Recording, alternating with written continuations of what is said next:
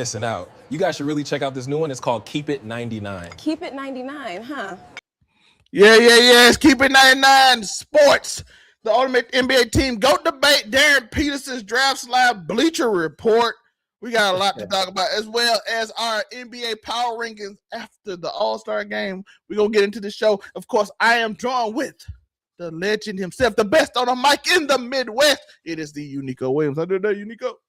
What's good? Happy Tuesday, everybody. I hope everybody's having a better day than, I guess, Andy Dalton, maybe. I don't. Andy Dalton is a rich backup. He can. Let me just shut up obscure players at this point. Hey, just by say the way, their name. By the way, shout out to Ray. Shout out Des Bryant.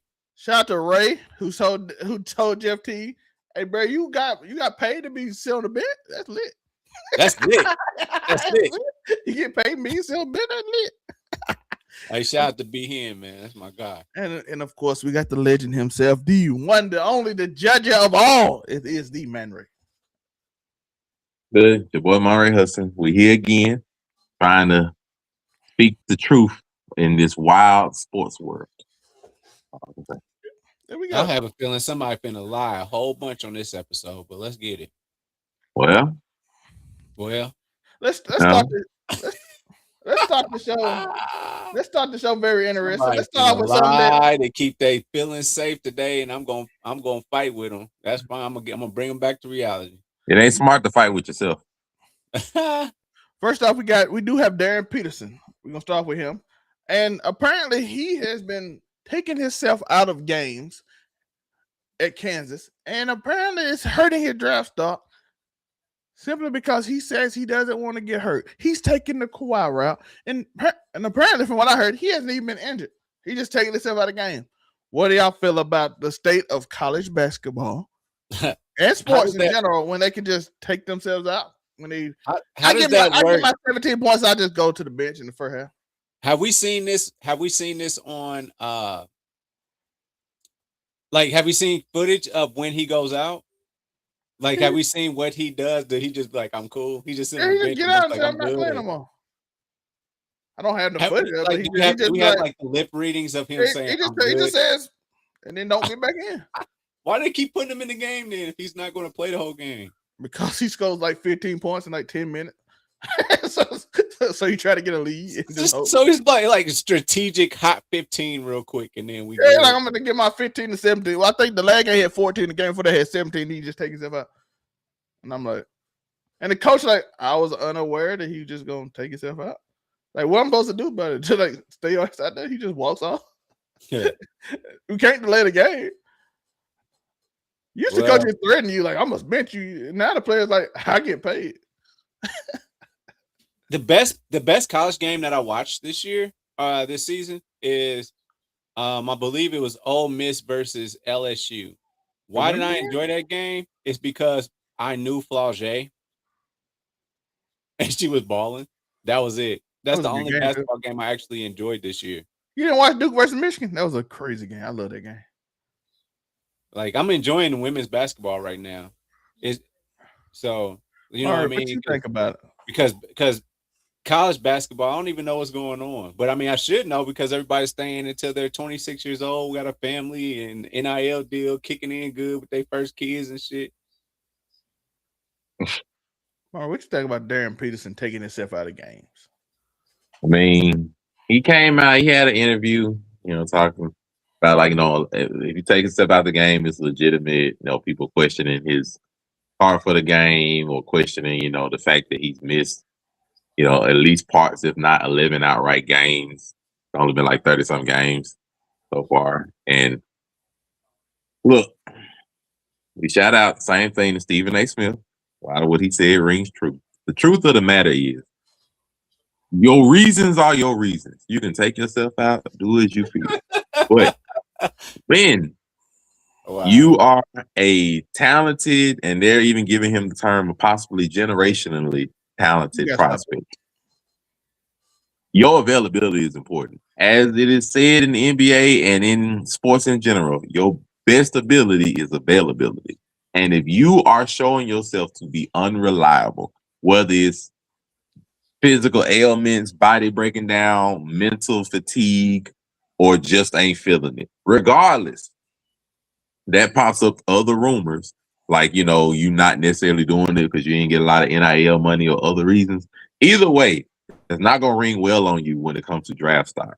It'll be the difference between you getting drafted to a good team with like Cooper Flag with possibility and prospects of being great, or you can get drafted to the Charlotte Hornets and you being lost in the sauce like many other prospects. And just how teams are going to judge you, how they're going to coaches, how the front office is going to look at you. All of that matters, and we all know it matters, which is why we say him missing games when you can go out there and score 17 in your sleep is important. Because no matter how good you are, as we've seen with the last generational prospect, Zion Williamson, if you can't be on the court, you can't help anybody, including yourself. So, at least when it comes to money wise and stuff. So therefore, has had that franchise in a chokehold for what, almost 6-7 years now. Who? Zion. He's had. At least Zion, I know it's because he's big and his body can't hold up. No. The better term is the contract they decided to sign him to has had them on a chokehold, not he himself. That's the contract they decided, that lovely max deal they gave him. That's what held them on the end of the bargain, and now they finally get to the point where they can cut them and pay them like they do with coaches. Like, you cut. Like Milwaukee cuts their coaches and they still paying them. You don't cut Zion and say we're going a different route. Too much. I mean, what they had hedged their bets. They had, it was after I think like his second or third year, he had only played about half of the games in all total. Leading for 3 years, he only played about half of the games. And they had the decision: you either gonna pay him because he had the talent and the ability to play big time, or you gonna just let him walk. But you might be losing out on a generational prospect that may get healthy or something of that nature. They chose to pay him. It ain't worked out. But I mean, that's just the choice they chose to make. And when you have prospects, you don't want to be in that kind of choice. And so Darryn Peterson, they're wanting to make sure you're not going to fall into that happenstance. And he is not even with significant major injury risk, at least not right now. Right now, it's just, bro, you a freshman. Why are you missing a third of your games? Like, it's just like, bro, you a freshman. Like, you should be chomping at the bit like other contemporary talented stars in college basketball right now that are playing lights out. And we like, you the biggest prospect this year. Why we got to worry if you're going to be on the court? And it's not necessarily just on the court outright. They had reports, saying that minutes before games, he coming in and saying, hey, I can't go tonight. What do you mean you can't go? Minutes before games? We've setting up whole game plans, went through practice, did layup drills. And now it's like, you can't go? And it's like, bro, you're a freshman. You should be nothing but energy and talent. So it's like all those questions, they do matter. And it's not a good look at all. Now, for college basketball as a whole, it is what it is. Because there's going to be other players. There's other players going to be balling out. They're going to play. They're going to do all the March Madness stuff. That's fine. But for he himself, no, it's not a good look. It's not. It's a horrible look. And hopefully he's able to show over the next month or two of college basketball that he does have the fire and the desire to play basketball as much as he can possibly can. Well, Kyrie Irving, the only one was able to do that. I ain't play that much this year, but take me number one. Yeah, we're not trying to repeat it. But Kyrie he didn't do that. That wasn't his reasoning. He was actually hurt. But I was saying Kyrie had a legit season injury, so people ain't gonna take that too much in. Like Coach K would have, Coach K would have had a problem if he just did it himself, but he had a legit season injury. Coach K, the wrong person. By the way, NIL stuff, man. By the way, in the NBA, listen, y'all don't. First off, y'all NIL money ain't as high as in the college football money, so y'all NIL deals ain't like that. And secondly, NFL money ain't NBA money. NBA money way more. I'm gonna give y'all an example. First year in the NBA, if you're the number one pick, first year in the NBA for a first pick is $13 million. Well, 14 almost. Overall, $62 million over 4 years. Oh, over in NFL, the first year you get $9 million with a fifth year option. The fifth year option, $54 million. So you get more in 4 years than you get 5 with a play option. That money ain't the same level of money. That's $5 million different. You might not think it's so much, but when you get hit with taxes and you get half off, your money look way different. That's all I'm gonna say. So Being in the playing college football, getting higher NIL with less pay as pro, you're more likely to see more people stay longer. Well, that's why you still see a bunch of freshmen leave for the NBA because the money's way better, and the shoe deals and all that stuff you get way higher because it's in a more of an individual sport. So I don't think you should hurt your stock just because you're already getting paid because you're missing out on a lot of money if you do that. And by the way, the only other player I know in the NBA that does that you could say he could be probably the best player in the league, but he don't play. It's Kawhi Leonard. And even for Kawhi had to have a period of time where he played a good chunk of seasons and had good runs where he could be trusted to show up. And Kawhi was legitimate injuries. It wasn't just, nobody questioned whether he had the heart to play. It was just my man's body was breaking down or had injuries at bad moments. And my Darryn Peterson is like, no, people are questioning, do you have the same drive as other people? And we saying that about Kawhi. Kawhi won 2 Finals MVP? He won 2 championships. Yeah. So he already had 2 Finals MVP. He's like, man, with Kawhi, we knew he wanted to play. It was just like, okay, we know that Kawhi was injury prone. Like we knew he was injury prone, but we knew he wanted to play. With Darryn Peterson, people are questioning, do you have the drive for this if it ain't money incentive or something? Like, it's those, not me necessarily, but it's people with those questions that are out there. Those are the type of talk they're having on sports shows now. Not good. Listen, I'm taking that NIL. I don't care. And I'm playing it out. You're losing a lot of millions, dog. I'm getting that RV salesman down the road. I want that sponsorship too. I want all that. I don't care what. Look, I'm be real. If I got a choice between an NIL deal and going to the NBA, it's NBA all day. It's not a question. NBA is way nice. It is not a question. What if you're not gonna get drafted, my nigga? He was gonna be first. He was gonna be first, no matter what. No, he's the first. He is currently the front runners for the first round draft pick by far. There's people questioning that. Not first round, first overall.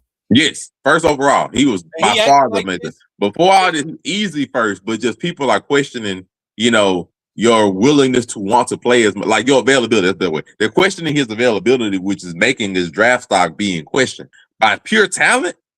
Far and away, number one. Not even close. So what he did, I think Bruce might be close, but so what he did was this: he went to college to get because you can't go straight to the league out of high school no more. So he went to college to get a bag, not really playing, and still is confident enough to be like, I'm still going number 1 overall, so I'm gonna get that. I don't know if he will. Is that how that happened? The problem with that is before the season he was clear, but now it's that boy from BYU that stepped up. That boy from Michigan now it's not clear because his availability and other stars are like. You didn't expect to step up as freshman. Is getting like 28 points. You're like, okay, that guy, he can. So now you can affect your money, your stock, and your team potentially. And let me ask y'all this. So, and this has been my last thing on this. So, looking at it, the landscape now, NIL says I might just stay in college for 4 years, maybe 5, maybe 7, like some quarterbacks are trying to do. But shout out to Trinidad. But I'm gonna say, trust me. I'm gonna tell you this. I'm gonna tell you this. Trinidad will be a 3rd round pick. He making a lot more money in Ole Miss than he would as a 3rd round pick. Exactly. But this dude is a different. He a 1st overall pick. He ain't losing money. So if we do it like that, right? And you got a 22-year-old that stayed that whole 4 years, or you got a 19-year-old like that's just like you just got that sniff of him that freshman year. What is going to translate faster to the NBA? Will it be in basketball? I'm taking a 19-year-old. You're taking a 19-year-old to start to all right. Because what I've learned is unlike NFL necessarily, in basketball, the years don't really matter as much in college, as much as your innate talented ability and us being able to get you in the NBA and transfer 16, that differently. 16, who would you say though? 16. Out of all the players recently came in the league, all the top, Castle would be the best in his draft because that boy from Toronto is not that good. He came out 19 as a freshman. Wemby came out at 18, 19-year-old. Lucas, 18, 19-year-old. Mean that maybe the 2nd round picks are now better than they used to be because you are going to get some of those seasoned guys? But they always say college basketball was always different. You always had the Dukes and Gonzaga. I mean, the other part of it is also a crapshoot, but it's just like, bro, if I know it's a crapshoot, as long as I know you have the talent, I can mold it. I'm talking about like NBA coaches and all that. I can mold that, period. I don't need you to be in college trying to mold to a college game when, the NBA level is far higher than college anyway. I can just mold your talent regardless, rather than you just My sitting in those body 3 at years in 22 college. was crazy. NFL different though. NFL, you want an older player. Yeah, NFL, like That's what NFL, I'm it could saying. transfer better if you stay in college longer. Mendoza had to develop. Mendoza developed into a 6'5" gigantic monster who can throw the ball deep. Yeah, the NFL is different. NFL, yeah, you can have the longer time in college because that gets you better equipped the system, get you more experience. That's fine. Because the NFL, starting out as a rookie is gonna be brutal just because, hey, like I'm dealing with getting ramrodded by being on the Browns and the Raiders and the Jets every time I get drafted and stuff like that. The NBA, no, most of the time you're gonna get drafted. It's not necessarily to a horrific team. And your talent is more important than your experience. That's what your talent is more important than the experience in basketball. In football, experience matters more.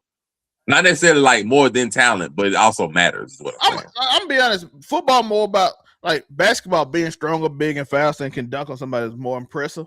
In football, if you run a 4-3 and another dude run a 4-4, but I got more knowledge here, and I know he likes to do this. That means I can get there early. Your speed negated because it's only that much 0.1 of a second. People don't realize. I think this is a good way I can say it like this. Like, in NBA, your talent and your physical ability is gonna always matter more. In the NFL, you cannot be very talented, very physically gifted at all, but your knowledge can help you get way further. And we can look at some of the GOATs, for example. Peyton Manning and Tom Brady are not mobile, physically gifted quarterbacks at all. But the programs they were in and the type of player and the knowledge that they was able to insist along with their arm strength, they were great. And it's just like some of the best players in NFL history are just not that physically substantial. Like they're just like, hey, we were just good at what we were able to do. We fit the system. We were smart. Well, we knew how to thread needles. Like I didn't need to be a 6'5", 230-pound athletically freak. Like, no, it's just, I was able to do what I needed to do. NBA, if you are a LeBron James, yeah, you can be physically imposing and do whatever the heck you want to do on most fields or something like that. Just, so it's different. Yeah, Jerry Rice came in with a 4-7 for it. I mean, let's just be real. Eli Manning got 2 rings. We just talked about Eli Manning, and he wasn't even like all the stuff we were just describing. To be fair, Eli probably more talented, natural talent than Peyton. Athletic wise and everything else. Well, and he ain't athletically gifted himself. But he probably way more than Peyton. What Peyton is not. Well, I mean, Eli, I do feel like can take his better. Like a 4-7, 4-6. I do feel like Eli can take his better and everything. And just Peyton was just more of a knowledgeably gifted quarterback. Even receivers, Anquan Bolden ran like a 4-9, and nobody can stop him from getting the ball. I mean, we just saw Sam Darnold win a quarterback ring and everything. We were like, bro, ain't nobody gonna sit here and be like Sam Darnold is physically imposing. No. Like we're gonna tell Cam Newton would have so many games. Exactly. Sam Newton, one of the most physically gifted ones, and we just like, well, it takes a lot more than physics to be successful in NBA. It also takes a front office that's willing to get you really good wide receivers as well, instead of keeping you with mediocrity and 5'6" wide receivers. So I'm just going to go there when it comes to Cam. He the one who argued with Steve Smith and got him off the team. So. By the way, if y'all ain't watched it. Go watch the interview. It's actually a good man-to-man conversation that they did with self-help, BetterHelp, or whatever. So I would encourage everybody to watch that interview between Cam Newton and Steve Smith. It's a great interview, so I do recommend watching. Speaking of watching stuff, go make sure y'all go follow Make It Make Sense the podcast every Saturday. Go check us out, and go check out Do You Hear Me with Unico Williams. I think on Thursday still. We'll go check that out, baby. Thursday. So go to those channels and check out these guys and all that as we get into their power ranking. Which let's say start with the best power ranking. You should start with mine because you want to start out. I thought we were going to end it with the argument, so I'm going to end it. Okay, end it. Okay, just do what you want to do. I was just going to say I wanted to set the bar because you guys clearly do not know basketball. Like I do. Yeah. It starts off with Monrays. Monterey has number 1 OKC, number 2 the Denver Nuggets, number 3 the Spurs, number 4 the Pistons, and number 5 the Timberwolves. Look at all those East representatives over there. I mean, yeah, because the East isn't very strong. It is what it is. They're not very strong as a whole. The Eastern team, you could alternate between the Pistons, Boston, and the Knicks and the Cavaliers because they haven't. I don't know if they've lost yet, but they hadn't really lost any of their games after trading for Harden. There's a lot of them, but overall, nobody expects any of the Eastern teams to be any of the Western top 3 in any way, shape, form, fashion when we get to the final. So it don't really matter. So I acknowledge the Pistons for having the best record. Boston's a good squad. They're my squad. I rep with them, even though I don't have realistic expectations this year. And then you just look at those. But I'm talking about the East. I ain't worried about them. Shout out to the Timberwolves. Like, Ant Edwards is doing great things still. Keeping that team really good and relevant even now. Somehow they get worse as they. I think their deficiencies that's always plagued them for like the last 2 years in the playoffs is probably still going to plague them. But I do give props that they are doing really good work in a very tough Western Conference. And of course, you got the top 3 that's there. Of course, the only reason I said Spurs under Nuggets is just I feel like when healthy, I think the Nuggets have a slightly better matchup against the two of them. That's the only reason I really have them up there. Otherwise, you can alternate Spurs and Nuggets. I wouldn't mind which one. OKC is going to be the number 1 until either they go on a 10-game losing streak or somebody beats them in the playoffs until whichever one happens first. If either one of them happens. Is Jamal Murray reliable at this point? Like, is he consistent at this point? Do y'all feel but the thing about it, their team has enough players to where he isn't needed to be 100% consistent. And like playoff wise, can you get 10 points from him on some nights? Sure. But they have enough around right now to where like I don't need Jamal Murray to get me 50 points for us to win playoff games with Jokic doing triple-double things and the other team members like Braun having experience on him, Aaron Gordon being healthy. The other players that they pick up in the offseason, they're relatively fine to where I don't need the All-Stars to go insane in order to be successful. I do need them to be good, but I don't need them to be insane. And so I think they're fine, all things considered. I actually like their team. And they're the only matchup I think that matches up well with the Spurs. I don't think OKC matches with the Spurs as well. But, I don't feel like OKC matches with the Spurs well at all. It's just right now, one is the champion, and the other two are basically neck and neck. And then you have the rest, and like I said, I took the Rockets off. The Rockets and Lakers just have not really been playing too well. Rockets, their lack of point guard and the regression between Amin Thompson and Sengun. Sengun is actually a little bit disappointing. It's crazy to see how his offense is sort of dwindled. So I know why and who why. Like, it's actually a bit shocking that his offense is dwindled. Like he's not really good at creating his own shots right now. Amin Thompson can't shoot. And it's just like, without a point guard to set up a lot of their people, they don't really have a lot of other offensive options. So that's why they fell off. The Lakers, same thing it's been the last few years. They can't defend that well. They're shooting meh.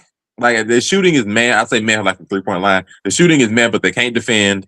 And now the offense is, I'll say it. I don't know, listen to my last thing. They don't fit. I would just say, like, I know they had to trade for Luka because when you get Luka for a steal, yeah, you take him, but they don't fit. Like, just LeBron, Reeves, and Luka just don't fit. It's basically 3 people that have the ball in their hands a lot, but they struggle when they're on the field, on the court together, trying to generate offense for everybody else. They don't play off the ball that well, especially not Luka and Reeves. They don't really play off the ball that well. So, like I say, they don't fit. The defense is showing bad. The shooting isn't consistent. So it's not pretty, but that's why both of them basically fell off. I just wanted to explain that, why they're not on there. All right. We got my list now. Shout out to that. I got OKC number 1. Why they the champ? They number 1 team in the NBA in record-wise, even though the Spurs are catching up very quickly, even though they were number 2, but then they back number 1 after the Spurs whooped on the Pistons. I am still worried about them too. Just like Jalen Williams hasn't really been himself. Hard to keep him on the court. I said the defense and the greatness as a team has been carrying them still to be really good. But I'm worried about Jalen Williams. If he don't take the step that we all thought he was taking after, the finals last year, then I don't know, it can get really hairy for them really early. But normally I would have this normally, I'm gonna be honest, the Spurs would be that because every team on the list, including the two or three teams after the list, they're 9-1 against. That includes the Nuggets, Pistons, Rockets, Denver, Lakers, and OKC. They're now 10-1 against those teams. Who would you put up there? If you add Boston, they'll be 11-1. Spurs, when they play the top team, they are running through all of them. They just whooped on the Pistons and had Cade Cunningham to one of the worst performances of 25 shots or more. I think. Boy, that was a very physical, ugly game too. That nigga don't mind keep on shooting it either. He don't care. By the way, to anybody tell you to trade for Giannis to trade Castle, I'm gonna tell you, Wemby wouldn't like that. The Spurs fans wouldn't like that. Castle is literally probably one of the most important defensive pieces to that whole team. So I don't think you'll ever get that trade for Castle for Giannis.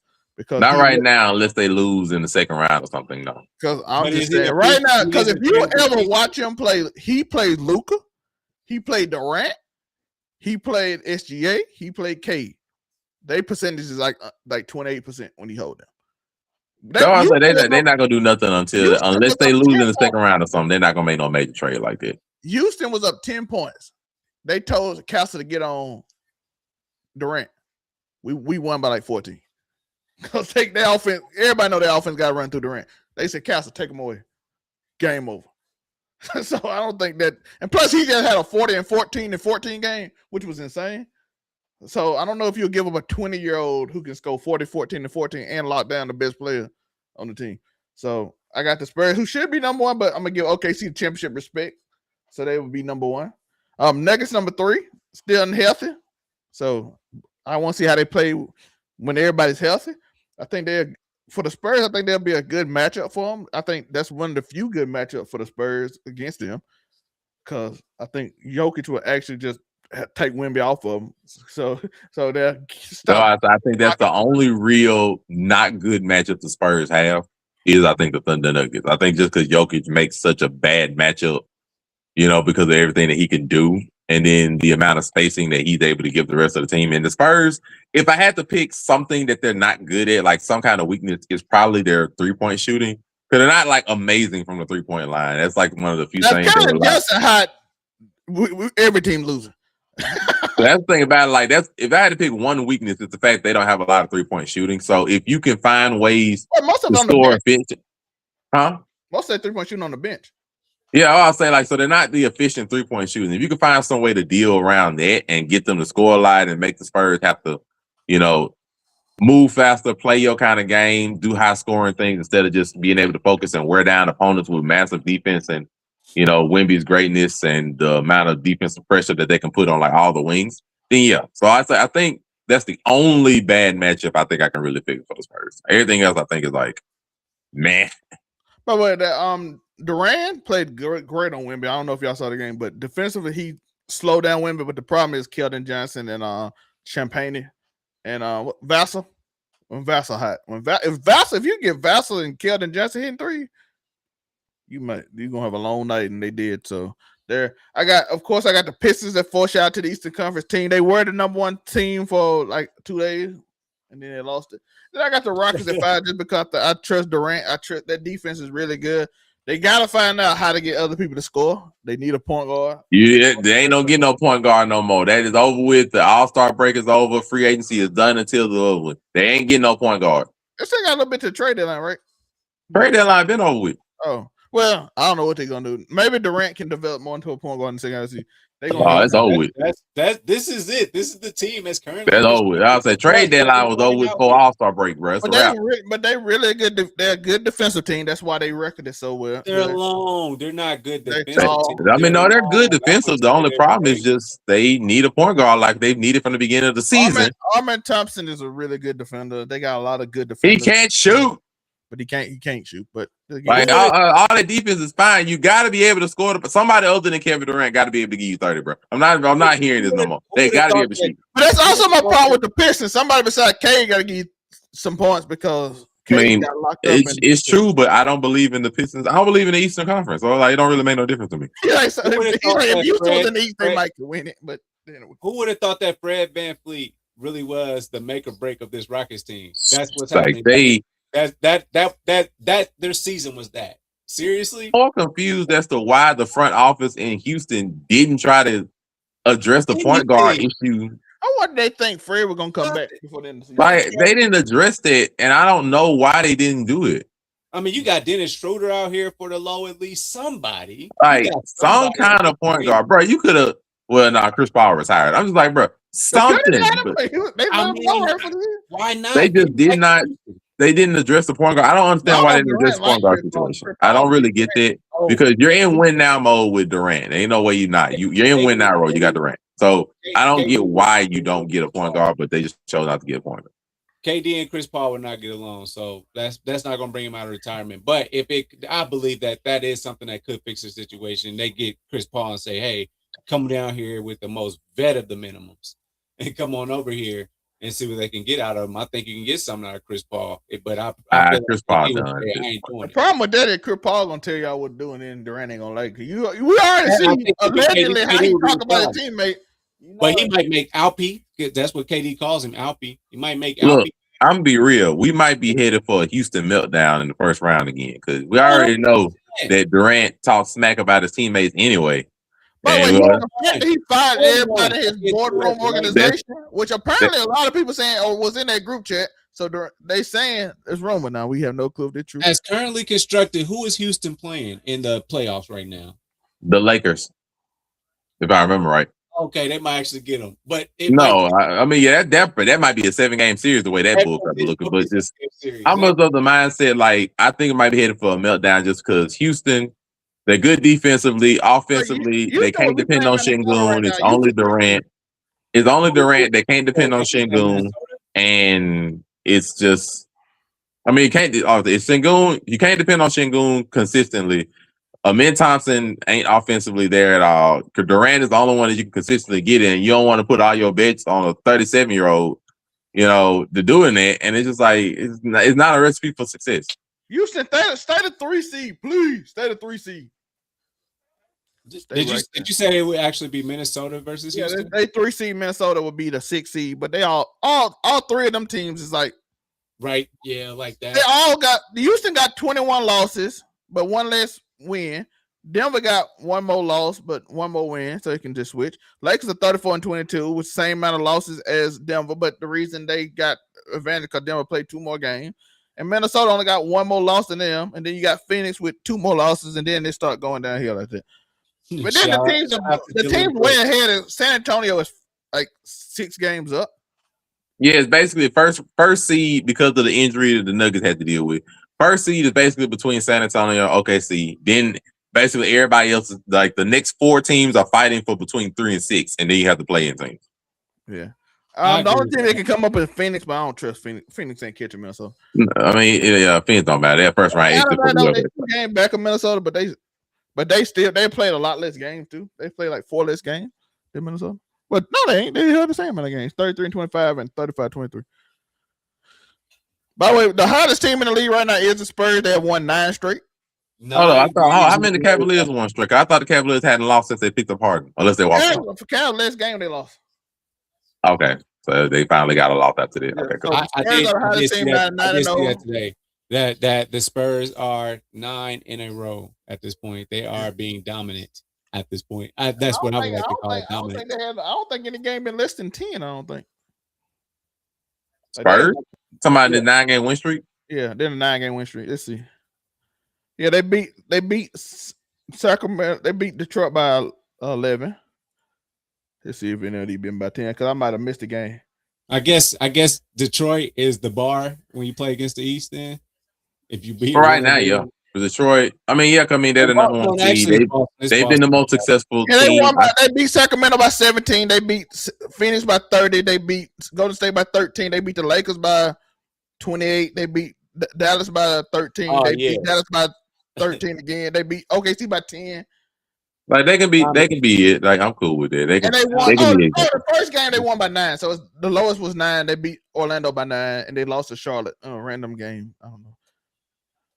But yeah, so they lost by. So they won by 9. That's the lowest they've been in this win streak was 9 to Orlando. But every other game after had been 10 and below, 10 and above. And the second lowest was the 10 to OKC on February 4th. So during the 9-game win streak, the lowest 2 games were the first 2, and now they've been just rump-shotting everybody. So they got Toronto, Brooklyn, and New York coming up. Ooh, New York on March. That's Sunday. I might watch that on ABC. That might be the game I watch. But yeah, that's my list. You got, I think, like I said, I think the Spurs should probably be number 1, but I'm gonna give OKC. I'm gonna give them, if they get a little bit closer to OKC, like if they get within like 2 games, well, then 2.5 now. So no, I'm gonna say like they give like. I really gonna say if the Spurs go ahead and take the number 1 seed, then yeah, I'm putting them above them. But I'm gonna give them a little bit more respect. If they get like within 1 or 2, within 1, like I said, really within 2 games, then the argument can be freely made. Like, okay, they beaten them 3 times, then they only like 1 game back from them. 4 times they 4-1 against them. So 4-1. Yeah. I know the cup don't count to the record, but 4-1. But yeah, the only reason like I said, the only reason the Spurs are number 2 on my list, I think they're number 1 is because OKC is the number 1 seed and they won a championship. If they lose one of them, the Spurs go ahead of them. But as long as they have those 2 things, they will stay number 1 on my list. Now we have the final list, the one that's gonna get Monterey and Joe arguing. No, why do you want to ruin this great piece that we've been able to do thus far? We have Nico. Explain. You can just say you're right. So for the audience. Spurs, man. Wow, those boys are playing, as you said, they're on a 9-game win streak. That's fine. They got all the everything. Oh, shout out to the Pistons, man. They just looking like a good team, getting suspended and everything. Man. Yo, they play prison ball. I'm not gonna lie. I watched the first game. That's the first time I actually watched them in our highlights. Yo, when I tell you, my boy Fox was going for the ball. My man did that old trick with the old dude, just like grab your arm and yank you down so you can't get the rebound and no foul. I was like, me and Wes were talking on the phone like, these niggas slinging niggas on the floor and no call. That's how you get it done. That's how you get second place on my list, man. Number 3, I got Boston. I mean, they have very like it's clear that they have the front runner for MVP of the NBA, leading their team right now. The Celtics, they're doing great. They just SGA ain't playing on that though. Oh, well, I'm gonna tell y'all something. Unico might be right, but we're gonna talk about it after this. I'm gonna give y'all the reason why, and y'all gonna be upset. Y'all gonna come around on this JB train. So I'm gonna come around on the train that they have a wonderful head coach and that you blazing the mess out of. That's the train I done came out on already. Well, you on the wrong. I'm gonna tell y'all why Unico might be right, because it's a reason he might be right. But I'm gonna tell y'all after this because I'm upset about it, and I don't think they know about it because I just looked it up. Get out of my way, light skinned brother. I got this. I'll show you what I can do. He's showing you what he can do. And then it's the usual suspects. Okay, see, they still got a good team. They are taking L's nowadays, though. They ain't just like looking like a juggernaut like they used to. And then the Nuggets, man, they doing it with like an entirely basically new roster. They do this. They've been doing this for the past 2 or 3 years, just having basically very new rosters and going pretty deep into the playoffs. So, yeah, man. And then they did it, man. They hung in there during that time that Joker was hurt. They hung in there. So, yeah, that's my tops. Shout out to the East, man. Shout out to the Boston Celtics, probably the greatest team they've ever had this year. I mean, I just have to wonder how fun is it to be delusional. I really have to question it at certain points. Like I just really generally have to question at certain points how fun it is to just be delusional. Like you talking about front runner for MVP. They lost to the Rockets when the MVP quote front runner was playing, but the time that he did not play, they blew the Rockets out. Right? Like that's that was a thing, right? They actually did.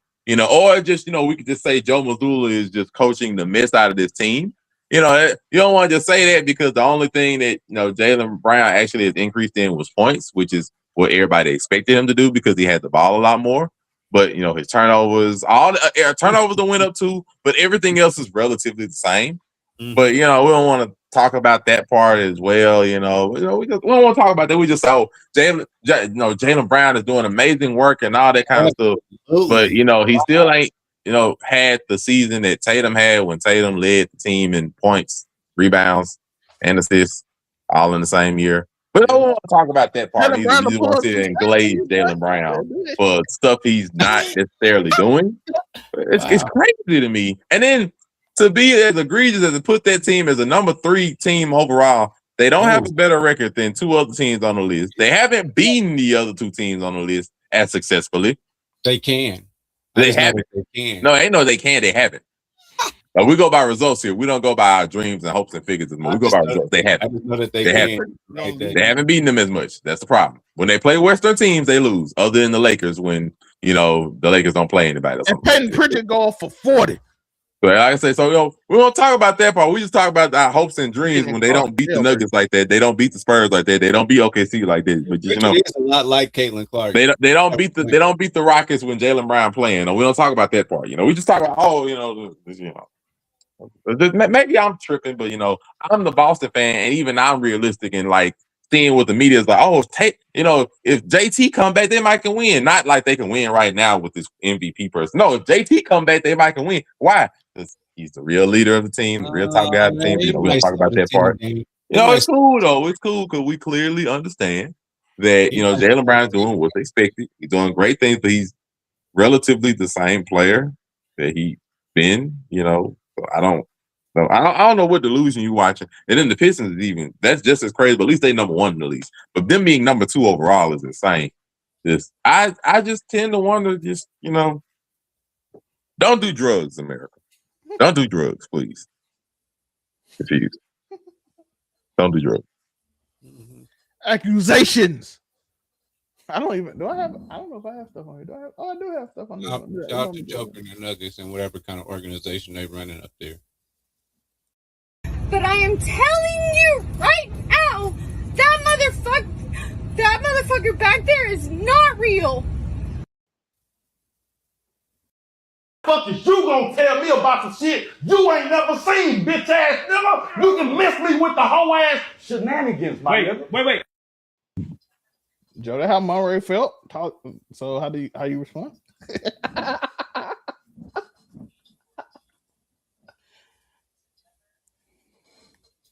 All right.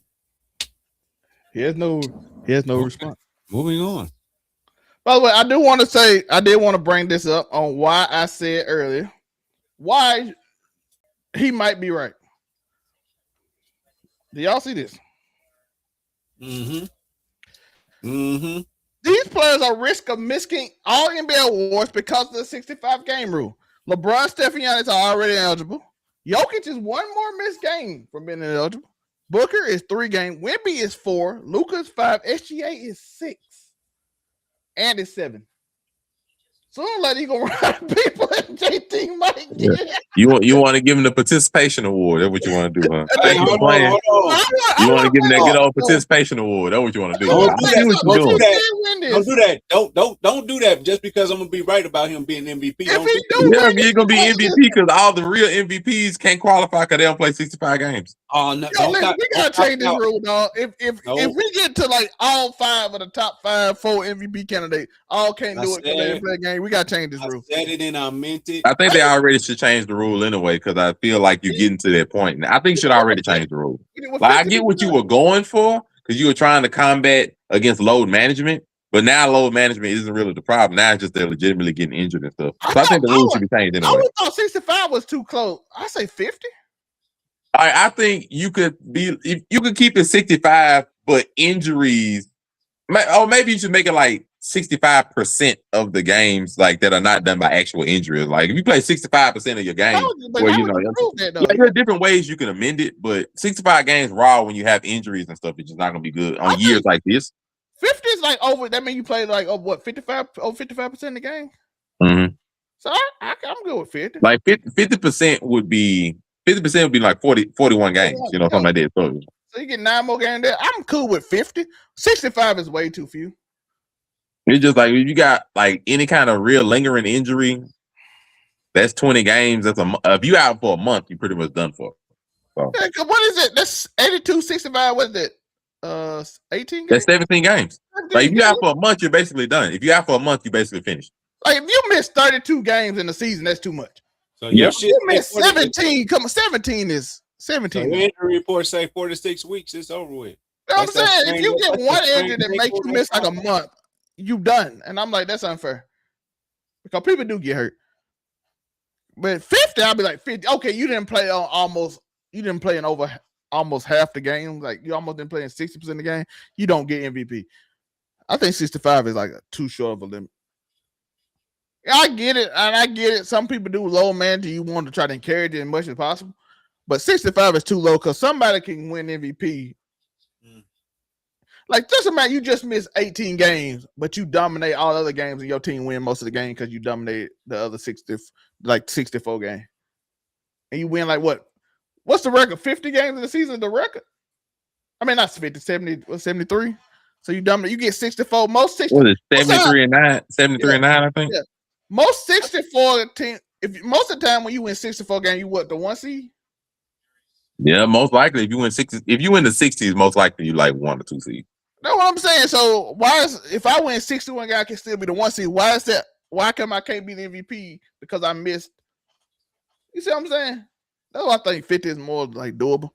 So that's why I said JT could win because he ain't missing many games.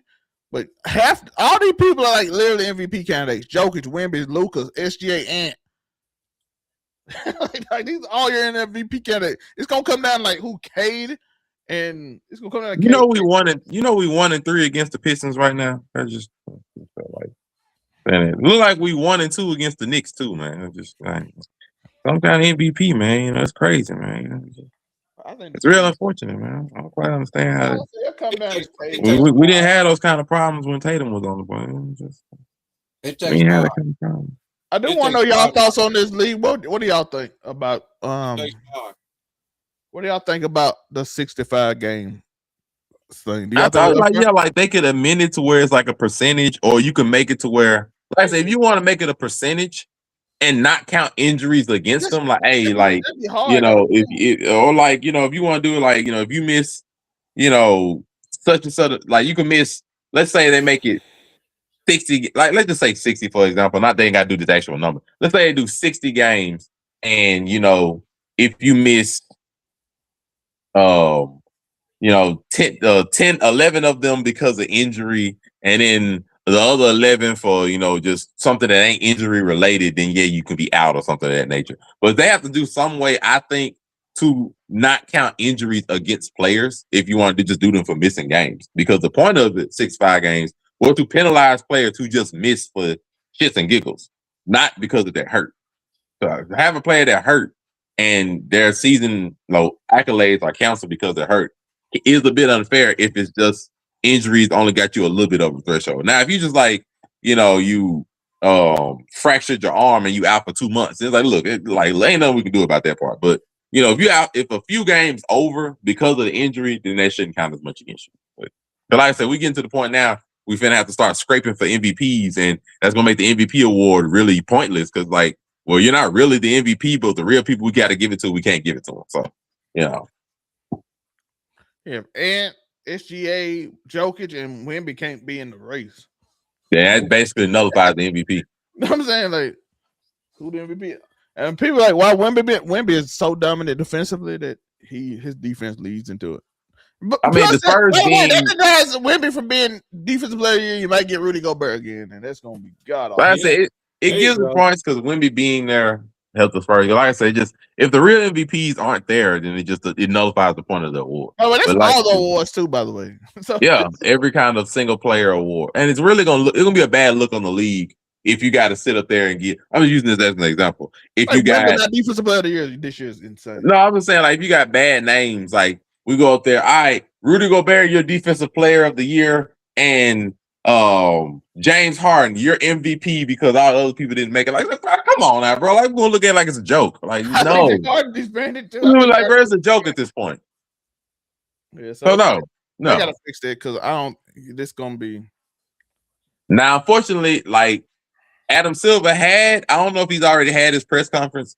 He has or had the chance to fix it this season because otherwise, man. Because normally you can depend on Jokic to get through a season relatively fine. Because Jokic normally don't get hurt long times a season. This is the first season in a while that he's really legitimately been hurt for near the threshold of games, over the threshold of games. He normally don't miss games. Jokic normally don't miss games. So it's like now he got the bug a little bit for this year. No, hopefully he's fine and he keeps going. But just like, man, like he out. By the way, Jokic missed one game, he's done. Yeah, that's what I'm saying. Like, and Jokic normally don't miss games. That lets you know, okay, we really need to look at this because the man averaging triple doubles ain't gonna be able to get MVP, but somebody who's gonna be 24, somebody that's gonna be like 26, 4-7, they're gonna be MVP. We're gonna be like, the fuck, like, no, we're gonna look at it like, bro, it's a joke. Like, we're gonna look at it like it's a joke. How am I getting Castle? Could Castle still be defense player of the year? That might could save it because I don't know how you give it to go burn them again. I don't think you can save it because if MVP gets nullified, I don't think you can save it. it. Castle for defensive player of the year. If that goes. I mean, that's defense player of the year, but I don't think you can save it if the MVP award gonna go to somebody that really ain't the MVP. I ain't gonna say they don't deserve it, but like if they're not the MVP or even close to the MVP quality people, then it's just gonna be looking at it like, bro, like just. You would have to give it to Cade, right? No, I'll say like Cade, I think is the only other one that we could be like, bro, Cade get MVP. Yeah, they Pistons are number one, but we got SGA sitting over here averaging over 30. We got Jokic with triple double, walking triple double all season for however many games he was there, and scoring dang near 34. And then we're gonna look over there where congrats to the Pistons, and then they possibly get put out in the first round on some upset bullshit. We're like, bro, this is a joke. Like, it's gonna be no, it's gonna be a joke. It's gonna be a joke. Like if you don't instantly be like, okay, we're just gonna do away with like you're gonna make it like a percentage or your injuries don't weigh against you this time because we can't really afford to deal with that right now, and we'll look at it again over the summer. Fine, but otherwise, what is MVP finna be like? It's gonna be like Steve Nash second MVP all over again. But by the way, when I saw that list, I was on Twitter right when Unico said that, and I saw that list, and I said, he might. He might. Everybody might be out. We're gonna look at it. It's gonna be like the Steve Nash MVP all over again. We were like, yeah, Steve Nash got it, but he really shouldn't have. Like, this person should have got it. We'll be like that all over again. Yeah, how people vote. It's gonna be crazy. But now we got a list of each NBA team's GOAT, and we're gonna go off each team and see if we agree or disagree. First off, Atlanta Hawks, Dominique Wilkins. I have no fight against this. Dominique, go for it. He the most Some famous could say one. Josh Smith. No, Dominique. Joe Johnson. Dominique got an MVP. Joe Smith, I don't think Josh Smith has any award. Joe like Johnson. That. No, they ain't got nobody like that. Next up, the Celtics, which I think could be a great fight for a lot of people. Bill Russell, 11 championships. I mean, he has the most championships. Like I said, you can make an argument for anybody from him, Larry Bird. It's a number of people. Paul Pierce, Kevin McHale. No, Paul Pierce. Paul Pierce is not in that conversation. No. Okay. No. I think it's mostly probably go between Larry Bird and Bill Russell. I think it's mainly them two. Like Paul Pierce, we give creed to. No, he's not gonna be for like their most valuable player. No, bro, he didn't even. What Draymond tell him, Joe? Nico, what did Draymond tell? What did Draymond tell him? He don't get no farewell tour. They don't love you like that. Larry Bird and Bill Russell got a farewell tour. That's all we gotta know about that. They don't love you like that. But they're not saying they ain't great. Other team. We talking about the team's GOAT, the person who is the greatest of all time on that team. Because you have a lot of players you can argue. Man said you ain't Kobe. Yeah. So Bill Russell and Larry Bird got a farewell tour. So yeah, either one of them will be fine. So I'm not gonna really worry about those. I'm not gonna fight that. Brooklyn, Dr. The Nets? Dr. J. By the way, most of this is from ABA, where Dr. J averaged 40 points for the Nets. I'm about to say Brooklyn don't really got much to. So it is. I can't put up there. Jason Kidd, maybe. No, he didn't win. Julius Erving won championships in the ABA. I would say Jason Kidd didn't win his first ring, even though he was a great player on the Knicks. He didn't win his ring with them until he was on the Dallas. So I'm probably gonna leave with Dr. J. I'll leave that. He averaged, by the way, like 40 something points in the ABA. With the Dr. J was more of the Philadelphia. That's NBA. We talking about ABA. That's the franchise. You gotta remember the Nets and half the teams in the league was part of the ABA. So okay, never mind me. That's when he won his MVP too. So never mind me, brother. So I think I have no problem with it. This is interesting because it's the Hornets as a friendly team. Walker. Shouldn't it be Chris Paul?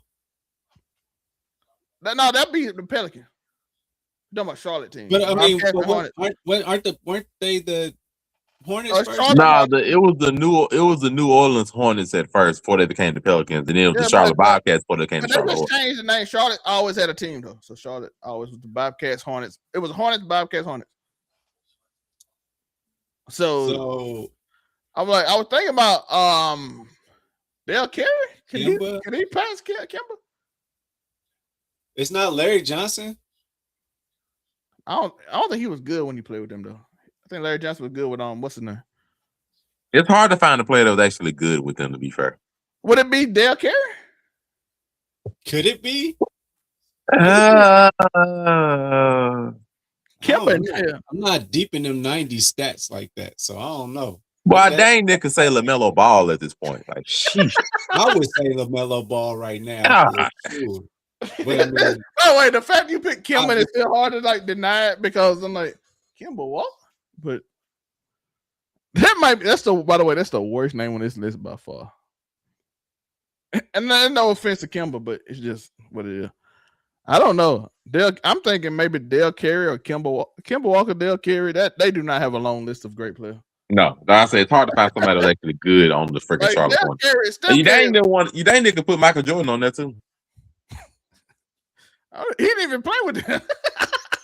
Shout out to the Wizards. My bad. I got the blue team. On the team, and it was awful. Al Jefferson. Shout out to Gerald Wallace. To another team. Shout out to Gerald Wallace. Gerald Wallace was on the team, the Bobcat. He could have been too. I thought it was the next LeBron. Steven Jackson. Nah, Steven Jackson should be on Pacers. Next up, Bulls, Michael Jordan. Nobody gonna deny that. LeBron James, Cavs. Nobody gonna deny that. Shout out to D Rose. Mavericks, Dirk Nowitzki. We not gonna argue that.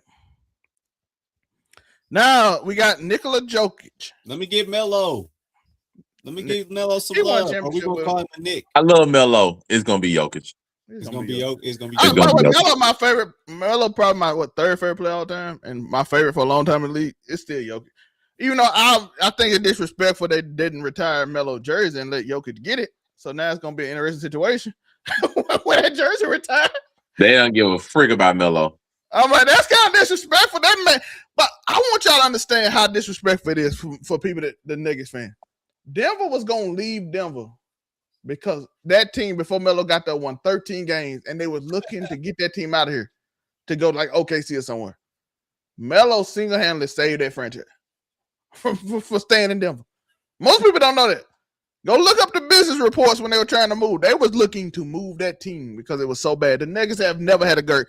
Matter of fact, they never really had a great player before Melo. When Melo was there, you started getting good players, and people wanted to go because the jerseys was cool and all that. So it's disrespectful they didn't retire his jersey. He probably not gonna go enough. He might not even go to the Nuggets Hall of Fame. Like it's crazy, but that's so bad. At least he got the Knicks because he's always good love with them. Next up, we got the Pistons. Isaiah Thomas. I agree. Yeah, though. The Golden State Warriors, Steph Curry, not an argument. Not an argument at all, Steph Curry. He might be the most. No, Jordan might be. I don't know. LeBron. Yeah, Jordan, LeBron, Steph Curry probably the most solidified on this list. I will have to see. The Rockets, Hakeem Olajuwon. I don't even know another great Rockets player. Like, look, they could try to push as much of a James Harden narrative as they want to. They look, it's gonna be okay. James Harden, T-Mac, Yao Ming. Like, they not touching Hakeem. Hakeem got them 2 rings in between them Jordan years. They can leave him where he is, that defensive monster. Hakeem was a monster. Pacers, it's interesting. It's your team, Nico. Reggie Miller. He got him to a finals. No arguments there. Him and I would say if Hallie had been able to clutch out that SGA and the OKC ring, like if he had been able to get away without tearing that Achilles and actually won that series, I think he probably would have been the guy over Reggie Miller. But I agree. Unfortunately, an injury. I pray Hallie they would come back 100%, even better than before and stuff. But I think that's the only other argument they could have had. Ain't nobody finna put Roy Hibbert or Paul George up there. Yeah. Next up, we got the Clippers, Chris Paul. No denying it. They kicked his ass off the team, but said his ass is going in the Raptors, though. Hey, you can go home, but we still gonna put your jersey up there. Yo, I ain't gonna lie. Nobody wanted to play with the Clippers before Lob City, so I guess like the Clippers are almost like the Hornets at this point. It's just like, dude, I could make an argument for Kawhi, and it wouldn't even really matter much. But I ain't gonna lie. Like they were Lob City. Lob City also didn't get past the second round. It's like it was I ain't gonna lie, fun. though. Chris Paul now, that's a better lineup than the Hornets. Chris Paul and Kawhi is a little. No, they're a far better lineup. I was just saying, like, we talking about the player. Like Chris Paul, yeah, he's gonna be there, but it's like, I like Chris Paul here twice, so we might can't argue.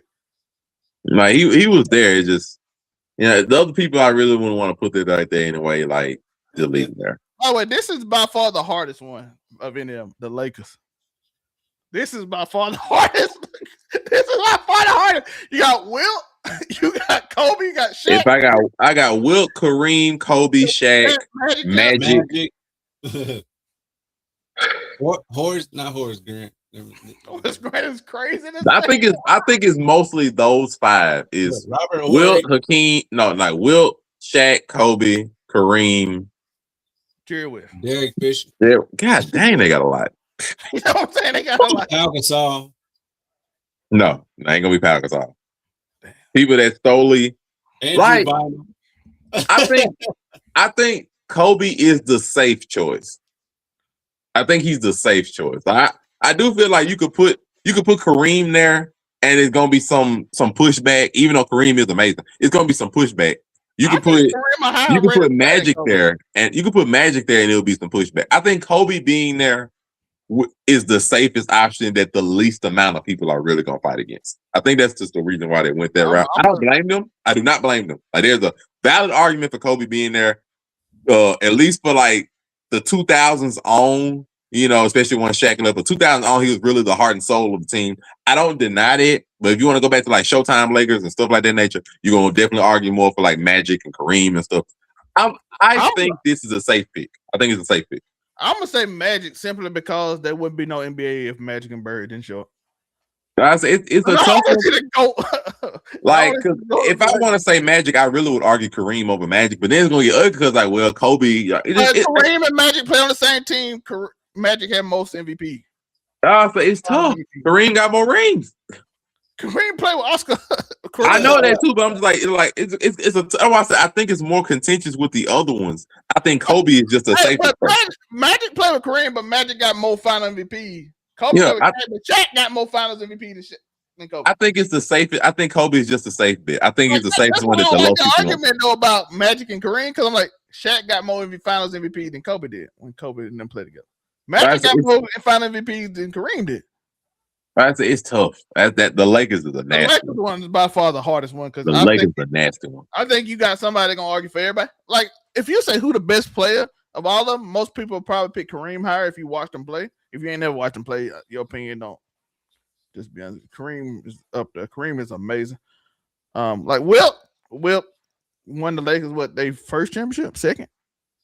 I mean, yeah. Then if you take his 100-point game, his accolades, it's a lot. It's a lot that go into there. I say it's a contentious one. I think every one of them have. I think Kobe safest. Like the least amount of people are not really gonna fight Kobe being there. So I'm like, I think they just went that route.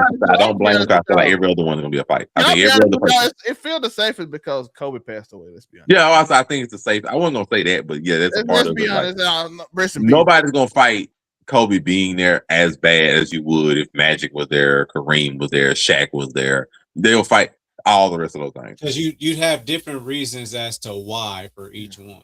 Yeah, Kobe is just like the total package. And like I said, unfortunately, he did pass away, and people got a love for him after that. Because if you remember, we had these shows. We were doing these shows in 2018, and we did not have Kobe in our top 5, and most of us do now. We got to be honest, but I wouldn't mind. I ain't mad at nobody you put in that list because all the Lakers players was great, and now we got to get to somebody who might not be as great. No. I love Marc Gasol, but Memphis, who do we have? I think it might inevitably be Marc Gasol. It's 100% Zebo all day. I do like Zach Randolph. But Marc Gasol played with him, and Marc Gasol was a little bit dominant. That's fine. Yeah, he just played next to, the best player in the franchise history. Is Zach Randolph. Zebo all day, man. I do love Zebo. I ain't gonna. I think they gave it to Gasol because Gasol is more like he's He won he more has like awards. he's like their franchise leader in like rebounds and blocks and stuff. And like I think they just gave him the nod just for like he has franchise records. So like him and Zebo, you want to do either or, fine. Just he got a bogus defensive player of the year. That was supposed Oh to no, it's not bogus at all. He played. I ain't gonna say bogus. I ain't gonna say bogus. You want to say he shouldn't have got it? Fine. I ain't gonna say it's bogus. No, that man was a defensive threat. But I don't. I'm not mad at Gasol being there. It's just I wouldn't mind Zebo or Gasol, but them to be the only. No, I'm not mad at it. Like they're fine. Like they were both there. It could have been John Moran if he had did anything in the last couple of years or whatever. Man, what's Rudy Gay for a second there, man? Let's not forget about man. I'll pick Mike Conley before I go there. Yeah, Mike Conley shout out to Mike Conley. Mike Conley would be ahead of him too. Shout out to Naptown. Next up, we got Miami Heat, Dwayne Wade. I don't think nobody gonna argue. Keep going. He got like a street. He got like the street of the stadium named after him.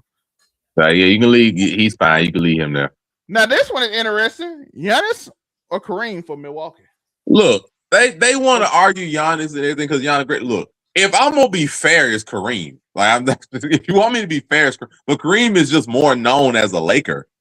But he played more with the Bucks. That's the funny thing. No, I'm saying if I want to be honest and talk about the most of it, it's Kareem. But they want to give it to Giannis because he's the lifer and the more respect. He didn't leave yet and all the other kind of stuff. Now, when he leaves, they might change that and put Kareem on that motherfucker. But for right now, they won't put Giannis. I would put Kareem, but whatever. They want to do it, fine. I'm not going to be mad. I'll put Kareem first, but then I'll put him between Giannis and Arthur for second place to me. Michael Redd and Brandon Jennings. They are. Right, Brandon Jennings ain't on that damn list. Brandon Jennings got to make an all-star game for you to be on this. No offense, Brandon. You're a great player, but I just got to be honest. We talking about all-time GOATs of a franchise. Next up, Timberwolves. Kevin Garnett. No debate to me. Yeah, it's fine. Until Ant start getting awards, it's Kevin Garnett. No Kevin Love.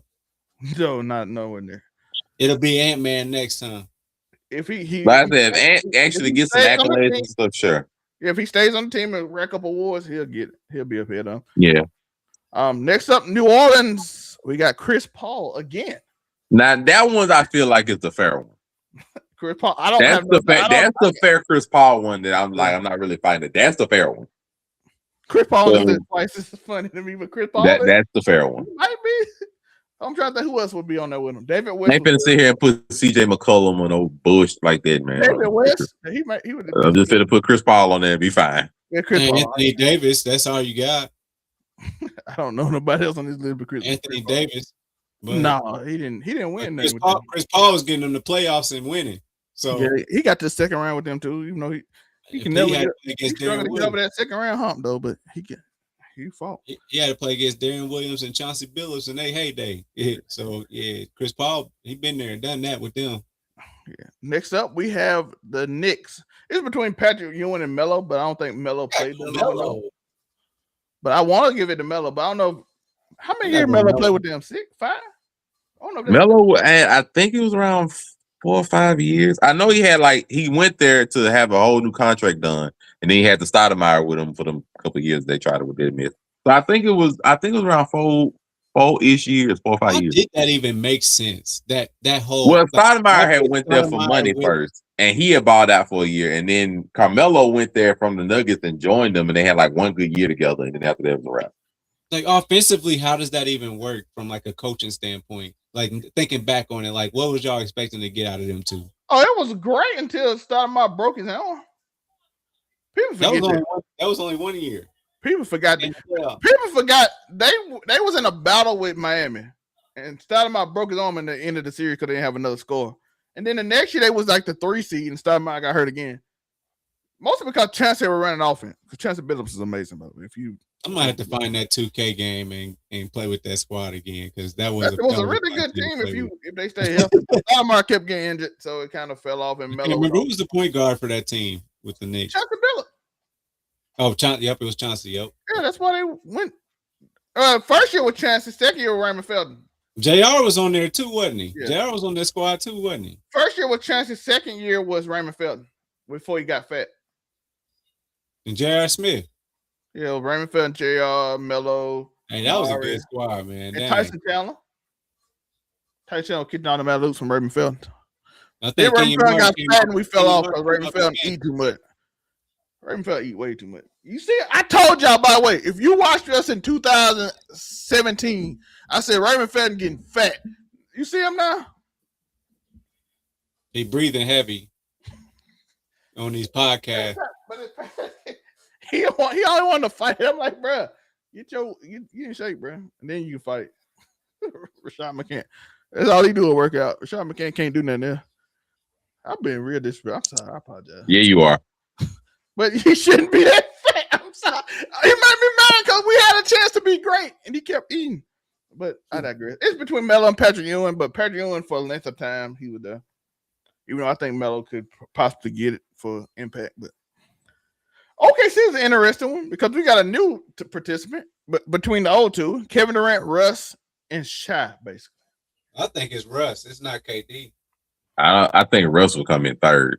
I think Shai got an MVP and a championship. I think it's between SGA and KD. If I'm gonna be honest with it, I think like Shai. I think the only reason why they didn't consider Shai even during it is because Shai still has some of that new feeling. Like even though he's been there for 4 or 5 years, he still has that new feeling of like you being the guy of OKC. Versus Kevin Durant felt like the heart and soul of OKC for the years he was there before he left. So I think that's the only reason more like that hometown feeling. If it's just neutrally the stats and the accolades and stuff, it would be SGA. But I think that's the only reason. I'm like, Shai won y'all a ring. But I don't feel like Russell Westbrook would have been that regardless. I still would have been KD. What do they call him? The triple-double cocaine bear? That's his name. Triple-double cocaine bear is out there. That's his name. Triple-double cocaine bear is crazy. Even the insult is funny. Triple-double. I mean, he was moving around. It's like, this the first. I can't remember if it's the first in NBA history, but the first in a long time they gave an MVP to like a 42-38 record, but whatever. I'm not going to sit here and like try to debate and go about the MVP. Right? Like, no, but just shout out to him. He had a triple-double that year. They got him to a 6 seed. They gave it. It felt more like a gimme MVP. Like, yeah, Russell Westbrook balled out and gave him a triple-double because Kevin Durant left you. We feel sorry for you because Kevin Durant went to this Golden State team and won 2 rings. So here we're going to give you this MVP. That's what it felt like. But no, I'm not going to say it. It felt like that. It felt like, Kevin Durant left you, but here we can give you this MVP because you still had great stats, even though it's still debates of you. It's still debates of people stat padding your stats. So you get that for and all the other myths. And you had a 42-38 record, but freaking James Harden is sitting back here balling his life away. With friggin' 30-point average, Man, Kevin Durant MVP, Russ MVP, Shai MVP. Shai won the Finals MVP and the MVP. So I personally would give it to Shai because he did bring the city a championship. And no, I ain't mad at Shai. I would think Shai would be there, but I think they just went the homegrown feeling of Durant. I also think that they feel bad that Kevin Durant now on this list and he's really a top 12 player in the history of the NBA. And how you don't put him on this. It's kind of weird not to have him as a GOAT of a team, but he is an assassin. So next up, Orlando, Dwight Howard. Yes, Trace McGrady never got the first round, so I got to give it to Dwight. I guess Shaq wouldn't be there because Shaq won his rings after he left. Or Penny. Penny got hurt. I'm cool with Dwight being there. Defense player of the year month. They got into the finals. I'm cool with Dwight being there. That nigga second best player with Hito Turkoglu and went to the finals. That's crazy. I'm cool with Dwight being there. Hito Turkoglu was out the league like 3 years later. Well, he wasn't out the league.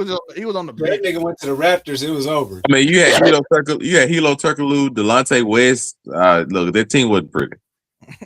Who was the shooter? Who was the shooting guard? I remember he could not. Man, yeah, Rashard Lewis. Yeah. Oh my God. Rashard Lewis, by the way, he knocked the Seattle. Jameer Nelson.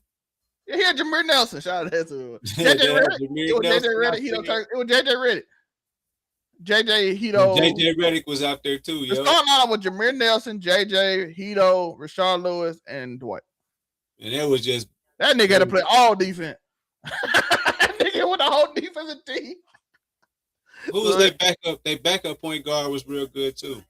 Came off the bench, was scoring real good. Oh, they had Michael Petrus up there too. Yeah, Michael Petrus had a good game against the Cavaliers. He had like 27, I think, in one game. That's the time I broke up with old girl. Play I watched both that Melo sides, game. both sides of the court. Yeah. Next up, we got 76ers. Just off field, Allen Iverson. Most people could say Dr. J. But I say between AI, Dr. J, and maybe if you want to put Joel Embiid's MVP year up for debate, that's like the only other one. Allen Iverson is the hardest. I have never seen a player such a hard and soul. No, I'm not mad. AI could be there. It's just as bad as the 76ers disrespected him for a while, throughout it. That little ass. That was fun. But Phoenix, Steve Nash. Yeah. I ain't gonna fight it. I don't know about that for Phoenix. I ain't gonna fight it. Unless you think Booker can win, but Booker had to get MVP to pass him. Well, either that or win that championship that Giannis took from them. That would have been the one. Yeah, if he would have won that, he would have been there. But yeah, it would have been. It would have. That'd have been fine. Yeah, Booker. It's Steve Nash though. Portland. It'd be Clyde Drexler and Damian Lillard to me. I don't think people give Clyde enough credit for that Portland. They don't give Clyde enough credit. Clyde went to the finals with that Portland team. Shout out to Brandon Roy. He could have been there. They say they want to give Dame Lillard the respect of being the quote-unquote lifer. I never wanted to leave. I stayed too long. Wasted good prime years there when you should have left earlier. They're like, we'll respect you, man. But honestly, it should be Clyde, but they can give the Dame whatever. Yeah, it's gotta be Dame, but you got to shout out some of them in the past, man. The Jailblazers. It should be Clyde. But, Who you saying, Nico? No, I'm just saying like they had like the Jailblazer era with like Bonzi Wells and Scotty and all them, Rasheed Wallace and all them. I mean, man, Scottie Pippen did take them to like a Western Conference final. They had Portland's had some good players come through there. Clyde took them to a championship, lost to Jordan. Ain't no shame. Brandon Roy lost his knees, Him and Greg Oden together. Yeah, but man, that could have been something special. Yeah. Shout out to LaMarcus Aldridge. Like, man, they've had good players come through there. The Sacramento King, Oscar Robertson. I ain't gonna lie, I forgot Oscar Robertson. Man, what about C Webb? You gonna put Oscar name on here. That's it. Oh, I say just forget it. I ain't direct about it. Oscar is one of the greatest players of all time. Webb, Mike Bibby. I forgot Oscar Robertson played with the King. I'm not gonna lie. Most of his career I remember with Milwaukee. So how is he? I thought you would put him up there with Milwaukee and not the Kings, the real Kings. We argued him for third for them, and we put him up there, but we put Kareem ahead on. But I'll be real. I don't remember him for the Kings, but he the biggest name on the Kings, I guess. Man, he the biggest name they ever had by a lot. The Kings ain't been relevant since then. Yeah, Mike Bibby. Them names is not big enough. Chris Webber. Stojakovic. Yeah, none of them names gonna be Oscar, the ghost of Oscar, choking you right now. Nigga, don't put them niggas near my name. But yeah, I don't think. San Antonio, Tim Duncan.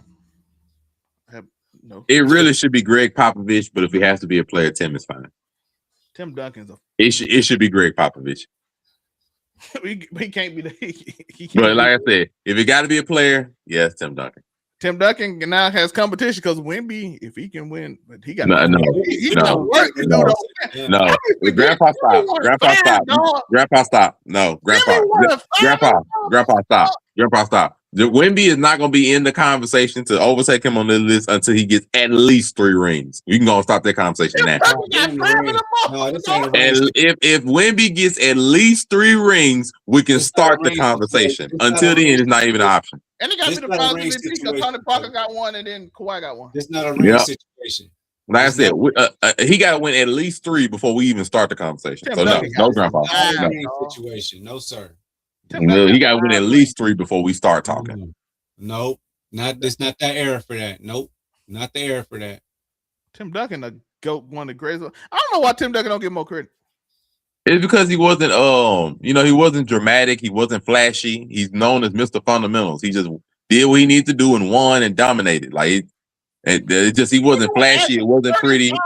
20. It wasn't flashy. It wasn't pretty. It was during an era of the league, except for their last ring. It was during the era of the league, the early 2000s, where it was just grimy basketball. It wasn't pretty to watch. It was a lot of fighting and down low ugliness. And he just dominated at that point, with the bad boy Pistons and the Lakers and stuff. So it wasn't flashy. It wasn't pretty. He wasn't somebody that talked a lot on the mic and interviews and stuff. No, he was chill. He was quiet. He went out, gave you his 30 and 15 on a regular night and was done with it. He just not finna sit here and give the extra. That man would have it. That's why 35 and 20 on Shaq and the Lakers. No, I was like, he wasn't finna do all the extra. He wasn't known for all the extra bull. He's like, I'm finna go ahead and do my little double dabba do. Go ahead and get done with it. Quadruple double, by the way. He had a block. They took it away. That was a block. They hated on him. It should be the only time they ever had a quadruple double. He did in the finals. Yep, and they robbed him. They robbed him up. Next up, we got Toronto, Kyle Lowry. It should be Kawhi Leonard. I'm not going to see any bullshit. No, this should be Kawhi Leonard. Like Kyle Lowry. Want to give it to Kyle Lowry. Said DeMar DeRozan. It should be Kawhi Leonard. DeMar DeRozan before that. It should be Kawhi Leonard. Yeah, I think it should be. Kawhi brought him a championship. Kawhi brought him a championship. That legendary 4 bounce ball that put them in at the beginning. Bro, it should be Kawhi Leonard. Y'all, that ruined Ben Simmons' life. Ben Simmons was never the same after that. Ben Simmons was the next LeBron. That ball bound 4 times. Ben Simmons got scared to shoot the ball at that. That nigga ain't never seen no shit. Well, that was because Doc Rivers decided to blame him and talk crap about him. But nah, bro, it's it. Like that should flat out be Kawhi Leonard. I don't think there's any debate against it. Because he was done forever.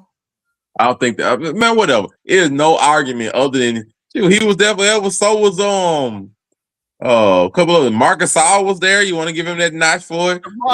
Pascal Siakam was there too. Man, whatever. It should be Kawhi Leonard. Yeah, it's Kawhi. But I know that's why they did it. Only reason. Yeah, they did it for the lifer. Like I get it, but just like we were talking about Dame Lillard, like it really should be Clyde Drexler. But whatever, I get it. You, Nico? I'm not gonna argue it. Next up, we got Utah John Stockton. We are not putting Carmelo on this list because he's a weirdo. But so I'm good with John Stockton. I mean, the assist leader is fine. He cool. And steals leader, all time steals leader too. Ain't he? Yeah, I was gonna say steal at first. I don't know if anybody ever catching him in assists. That's a crazy amount of assists. Assists probably not. And then steals, he was and not in real life. No, in the NBA version, he was a thief. Like I'll be real, they probably not catching either one. Yeah, them two regular. I think LeBron is 5th, and he's been playing forever. Yeah, he's been playing 21 years, and I'm like, he's not catching it. And I think the second place is like thousands of assists behind him. So I say I don't think they're catching it. Yeah, I think that record is gonna probably be one of the safest records for a long time, unless somebody come in and start averaging 15 assists a game. So Trae Young is up there in assists a game. The closest one that I think would have a chance to do that in the future, so long as he comes back and he's able to be 100% healthy or something, it has to be somebody like Halliburton, who like specializes in trying to be past. He missed the season though, and you got. No, I'm saying like his season being mishurt. But I'm like that type of player is the closest I could think. Like in the current NBA, he averaged like 11 assists a game in his career. Who? Trae Young. I don't remember. No, he averages like 10 to 11 assists a game in his career, and it's crazy. We don't even pay attention to Trae Young. Nobody does. It's like the quietest double average ever. He averaged like 20 and 10 in his career. And last, we got the Washington Wizards, John Wall. They did it for the Dougie. To be fair, that's the only thing we remember the Wizards for. Sure, they did it for the Dougie. Gilbert. But Gilbert Arenas, yeah. John kind of got Gilbert out of here, though. I can't get when John like you got Jordan. No, sir. No, Jordan. Sir. Jordan gets 2 of them. I do like Gilbert up there, but I think John Wall will be more of a face of the team than Gilbert. I don't think they want to consider him a go after he put a gun on somebody in the locker room. That nigga was a blood. That nigga was injured. We couldn't fool with him no more. But put a gun on somebody on a card game he wasn't even part of. What y'all niggas doing having fun? I mean, otherwise you have to go all the way back to like, what was it, West Sunset? I think. West Sunset over. Yeah, they gotta go all the way back to that. I mean, he gave them their only finals win. Like, it's like the only one you gotta go back him or Elvin Hayes. Like them the only ones you can go back to. We We got one The more thing. franchise is ass, man. But I guess they trying to do something now, though. I just got a question though. We're gonna let's play a little game before we go into the final thing we want to talk about. We're gonna do one gotta go. We're gonna play Murray's favorite game. One gotta go in their whole career. Allen Iverson, Damian Lillard, Steph Curry. Dame. Dame. Ain't hard to me. Okay. Let's switch up. Let's take Dame out and put Isaiah Thomas. Isaiah Thomas? AI is gonna hurt, bro. I'm sorry. It's gonna hurt, but he out. Yeah. Okay, let's do quarterbacks. Aaron Rodgers, Peyton Manning, or Ben Roethlisberger. Ben Roethlisberger. Get out of here. Pure talent, yeah, probably be Ben, unfortunately. I said, doggone, Rodgers was a drama person, but dadgummit, that man had talent. Okay. Let's do John Elway, Brett Favre, or Patrick Mahomes. Now, when I say John Elway was overrated, they're not gonna like when I say this. Mr. Hand It Off. When I say John Elway was overrated, they're gonna hate when I say that. By the way, why he get so much love, but the one-time Super Bowl MVP, my boy, he didn't get much love. He just handed the ball off to him every play. Well, I said they're gonna hate when I say Elway was overrated. When I like, why you not picking Elway? Elway was overrated, bro. Like he got 2 rings, but look, bro, like wasn't. Okay, let's do a hard one. Terrell Owens, Randy Moss, or Calvin Johnson. Man, what the hell is wrong with you? I can't do this.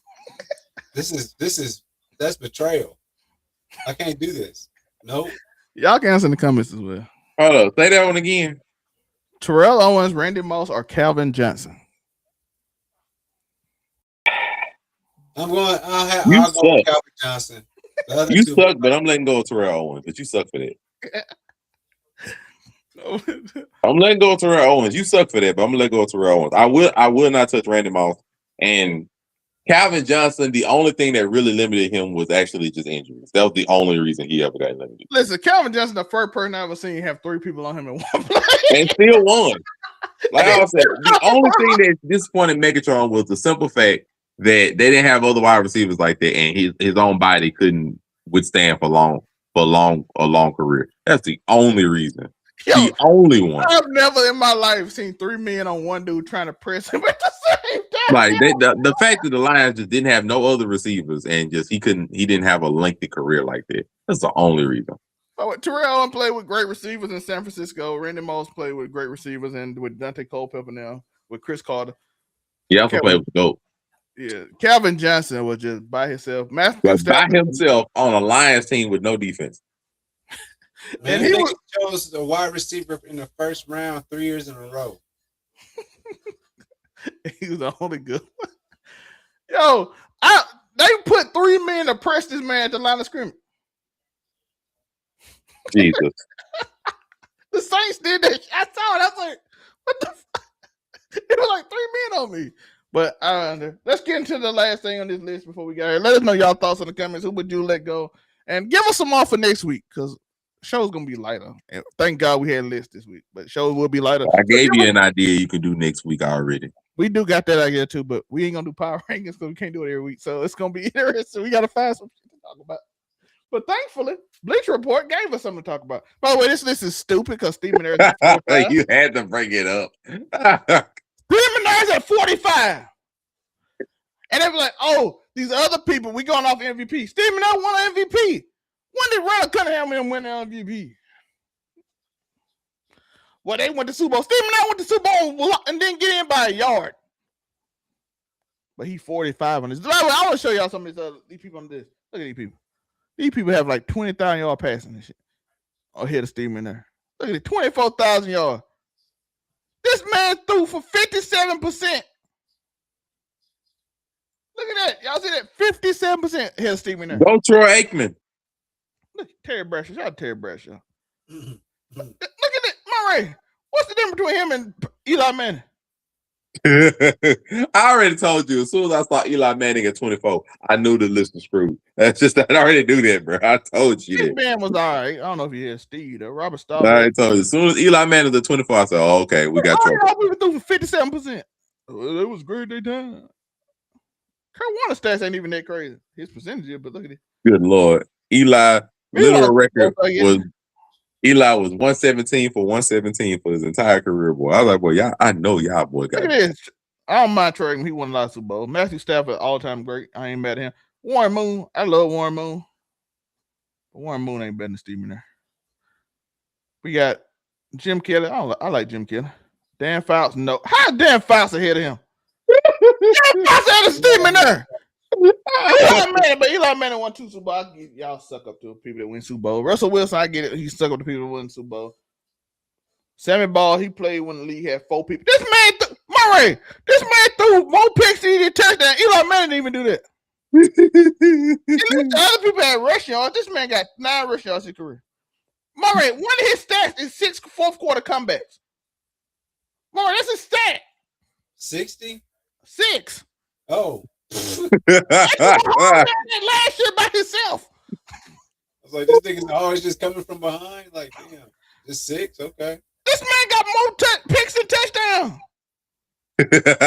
He won. You leave him alone. He won. He even got a face mask. That's how long ago they had 4 teams in the league. He won, dang it. Lamar Jackson had Steve there. Wow. Lynn Dawson. I like Lynn Dawson. I ain't mad, but he still ain't better Steve there. Murray, this man threw for 30 more interceptions than touchdown. This man had 16 fourth quarter comebacks. Murray, they start putting fourth quarter comebacks in here just to give him. This man had 5 game winning drives in his career, Murray. Look at this loser. Phillip Rivers should not be his Steve there. Joe Namath, shout out to Joe Namath. He got a legendary moment. Bob Greasy. See what I'm talking about, bro. All-time great talent. Not mad at it. Wade Tittle. More picks than touchdown. Michael Vick had more rush yards than one. Look, see what I'm talking about? That boy Randall Cunningham. Randall Cunningham. Look at this. Randall Cunningham better than most. At least he rushed for 4,000 yards in his career. I gotta go 2 more. Go 2 more slots. Let's go. Ken Anderson. Ken Anderson. No, I'm talking about the Apple one. Matt Ryan. They put Matt Ryan ahead of Steve. Matty Ice. What reason would you put him ahead of Steve there? Somebody tell me. Matty Ice, the MVP and the man who helped engineer the greatest Super Bowl comeback in history. On the opposite side. Donovan McNabb. I still want to know what all these people did. Cam Newton over Donovan, I think. Murray, look at this. Look, this man right here. It's because Cam had an MVP, that's why. Steve had MVP with Peyton Manning. Co-MVP. Co-MVPs. I remember that. They stole from him because they didn't want the black man to get the MVP. That's crazy. They had to put game. That man had 4 fourth quarter comebacks. And I'm like, you really put him at number 20 because he had 4 fourth quarter comebacks. This is why I just want to devalue this list before we talk about it. Johnny Unitas is number 11. I like Johnny Unitas. He was an amazing quarterback even before people passing the ball, so I do give him credit. We ain't talking about him. But let's go into the top 10 because that's what everybody here for. We don't care about people beyond 10. Number 10, Dan Marino. We got a problem with it? We already got a flag on the play. What's the problem with it? Look, Dan Marino is one of the greatest quarterbacks, period. He was not able to win a Super Bowl ring. We understand that. But he is better than the people y'all want to put ahead of him just off of ability. I love Drew Brees. I would not pick Drew Brees above Dan Marino. Let's go with some of the people. We got Steve Young at number 9. 2 MVPs, 1 Super Bowl MVP, 3 times. Dang, they got a problem with that. Like, why is Drew Brees above him? That'd be more of an argument to why he over. To me, Dan Marino, I get it. They probably put more stock in the Super Bowl, but I don't know how he hit Steve Young. I guess. I get it. If you look at yardage, he had 61,000. He had 33,000. Drew Brees threw for 80,000. Drew Brees also had a whole bunch of empty years on the Saints team with no defense. Yeah, 420 yards, 420. Like he had 100 and some more touchdowns, 30,000 more yards. Context matters, man. But it's more of a passing league too. So I see Bro, why. I don't care. The fact they want to put John Elway above everybody we just named, I told you, bro, this is fraudulent.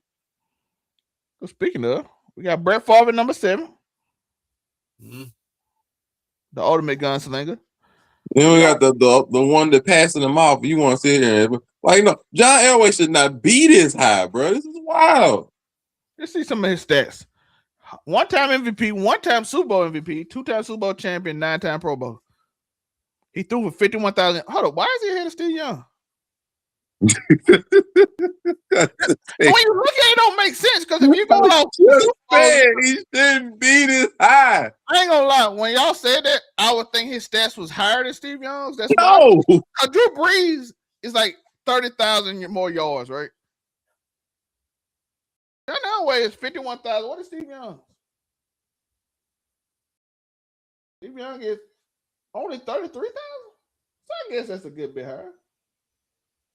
He had 4,000 rushing yards. John Elway had how many? I don't know if Steve Young also played as long either. He didn't. I guess if you do longevity, we can make a case for it. Like they even ended his thing with saying, never mind. They talking about 9 Pro Bowls, the MVP nod. How you get a thing for MVP nod? Hey, you don't get break for MVP nod, you get it for the MVP. Everybody else don't get MVP nod 87. You don't get a freaking nod. We don't talk about nods. Why did they deduct the MVP for being a half MVP with Peyton Manning from Steve McNair, but counted the whole thing for Peyton? Justin Herbert got an MVP nod, and he got a vote this year. You think we give him some nod bullshit? Man. How do you knock Steve McNair for having a co-MVP, but give him credit for MVP nod? He gets a nod. Man, we're talking about some nod. He got a vote. No, Justin Herbert got a vote this year, and we ain't giving him no MVP nod. We call it stupidity. He get an MVP nod. No, Big, he ain't getting no MVP. But yeah, if y'all know, John Elway is number 6. Reason we ain't talk about Brett Favre, I don't care about Brett Favre.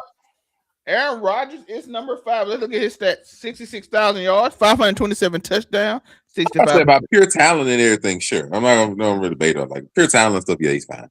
Yep. He was he had drama, but pure talent, we ain't gonna hate on it.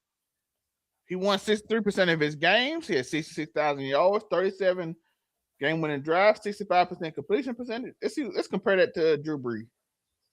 Drew Brees had 80,000 yards, 571 touchdowns, which is more. Like I said, Brees had a lot of empty years where it was a lot of just throwing the ball and hiking that mug up and getting touchdowns on them Saints years. He had a lot of years like that. Not saying like he was just stat padding. No, it was just a lot of games where he was in a lot of shootouts. That just had the Saints were for a good 5-6 years. They were just there. I'm gonna say this. I'm gonna give Drew Brees this. He's probably one of the most accurate passes in history. He just didn't have like He's very accurate. That's why I said, he didn't have a crazy arm though. He didn't have like a crazy arm, but he was very accurate. Yeah, his arm wasn't amazing like that. Like he had a lot of years where they were competitive, and he had a lot of shootouts. Just a lot of those same years, the defense was not good. By the way, Nico, you know who Steve McNair's best receiver was? Dyson. Yes, Kevin Dyson. By the way, how you ain't hiring this list your best receiver? Every one of these receivers, every one of these quarterbacks has had like Hall of Fame receiver. Steve McNair playing with Kevin Dyson, but he ranked 45. I'm sorry, Kevin Dyson, yeah. Shout out to Kevin Dyson, no disrespect, but yeah. Like Darryn Peterson played with Terrell Owens and he played with Freddie Mitchell and Pinkston. Pinkston. Shout out to he like don't do it. But we got Aaron Rodgers up next. Would you like Big Dicks? What? We'll bring Nico back in a minute. I'm confused by that conversation. Okay. All right, Nico, we back shortly. I don't know. That's a conversation between him and his girl. I don't. The next 3 are probably going to be the most contentious on everybody's list. Those are the 3 that you really have to just have honest discussions and debates about. you could legitimately argue Patrick Mahomes could be 2, but you could say that the recent Super Bowl loss definitely hurt his running from being in the running for GOAT to passing Joe Montana to where Montana might be more respectably accepted, though he has some things. But like I said, it's a really debatable thing now. Let's go over some of it. 2 MVPs, 3-time Super Bowl MVP, 3-time Super Bowl champion, 1-time Offensive Player of the Year, 6-time Pro Bowl, 2-time All-Pro, and 1-time Burt Bell runner. He's won 75% of the game. I think only comparable to Tom Brady. He's 35,000, almost 36,000 yards. You also got to remember he played way less seasons than most of the other people have. Yeah, it's just a 9 season. 267 touchdowns, 85 and 66% completion ratings, 100% rating, 19 rushing touchdowns to go on it, 24 quarter comebacks, 24 game winning drives in 9 seasons, which puts him ahead of almost everybody. So it's Patrick Mahomes 4th. Peyton Manning is 3rd. Of course, he set all these records with 71,000 passing yards, 539 touchdowns, 251 interceptions, 65.3 completion percentage, 96.5 passer rating, slightly lower. He has a few more game-winning drives, but he played a lot more seasons. But Patrick Mahomes He doesn't have the same amount of championships. And I say it's really gonna come down like between these 3 is like really what do you value? Like, do you value more like actual NBA champion? I mean, not even NFL championships, more Lombardis, or do you value more of like the individual accolades, like MVPs, All Pros, stuff of that nature? It just depends on which more you value more. So nobody's really, I don't think, will be upset having Peyton Manning there. It just really depends on what you want to say is more important, and then also like you have to have the understanding like Patrick Mahomes is really only like. Just now, I'm not gonna put nothing on how long he might play, but right now he's only at an average of half of the careers of a lot of other people on the list and stuff. Peyton Manning 17 years, so yeah, Peyton had 17.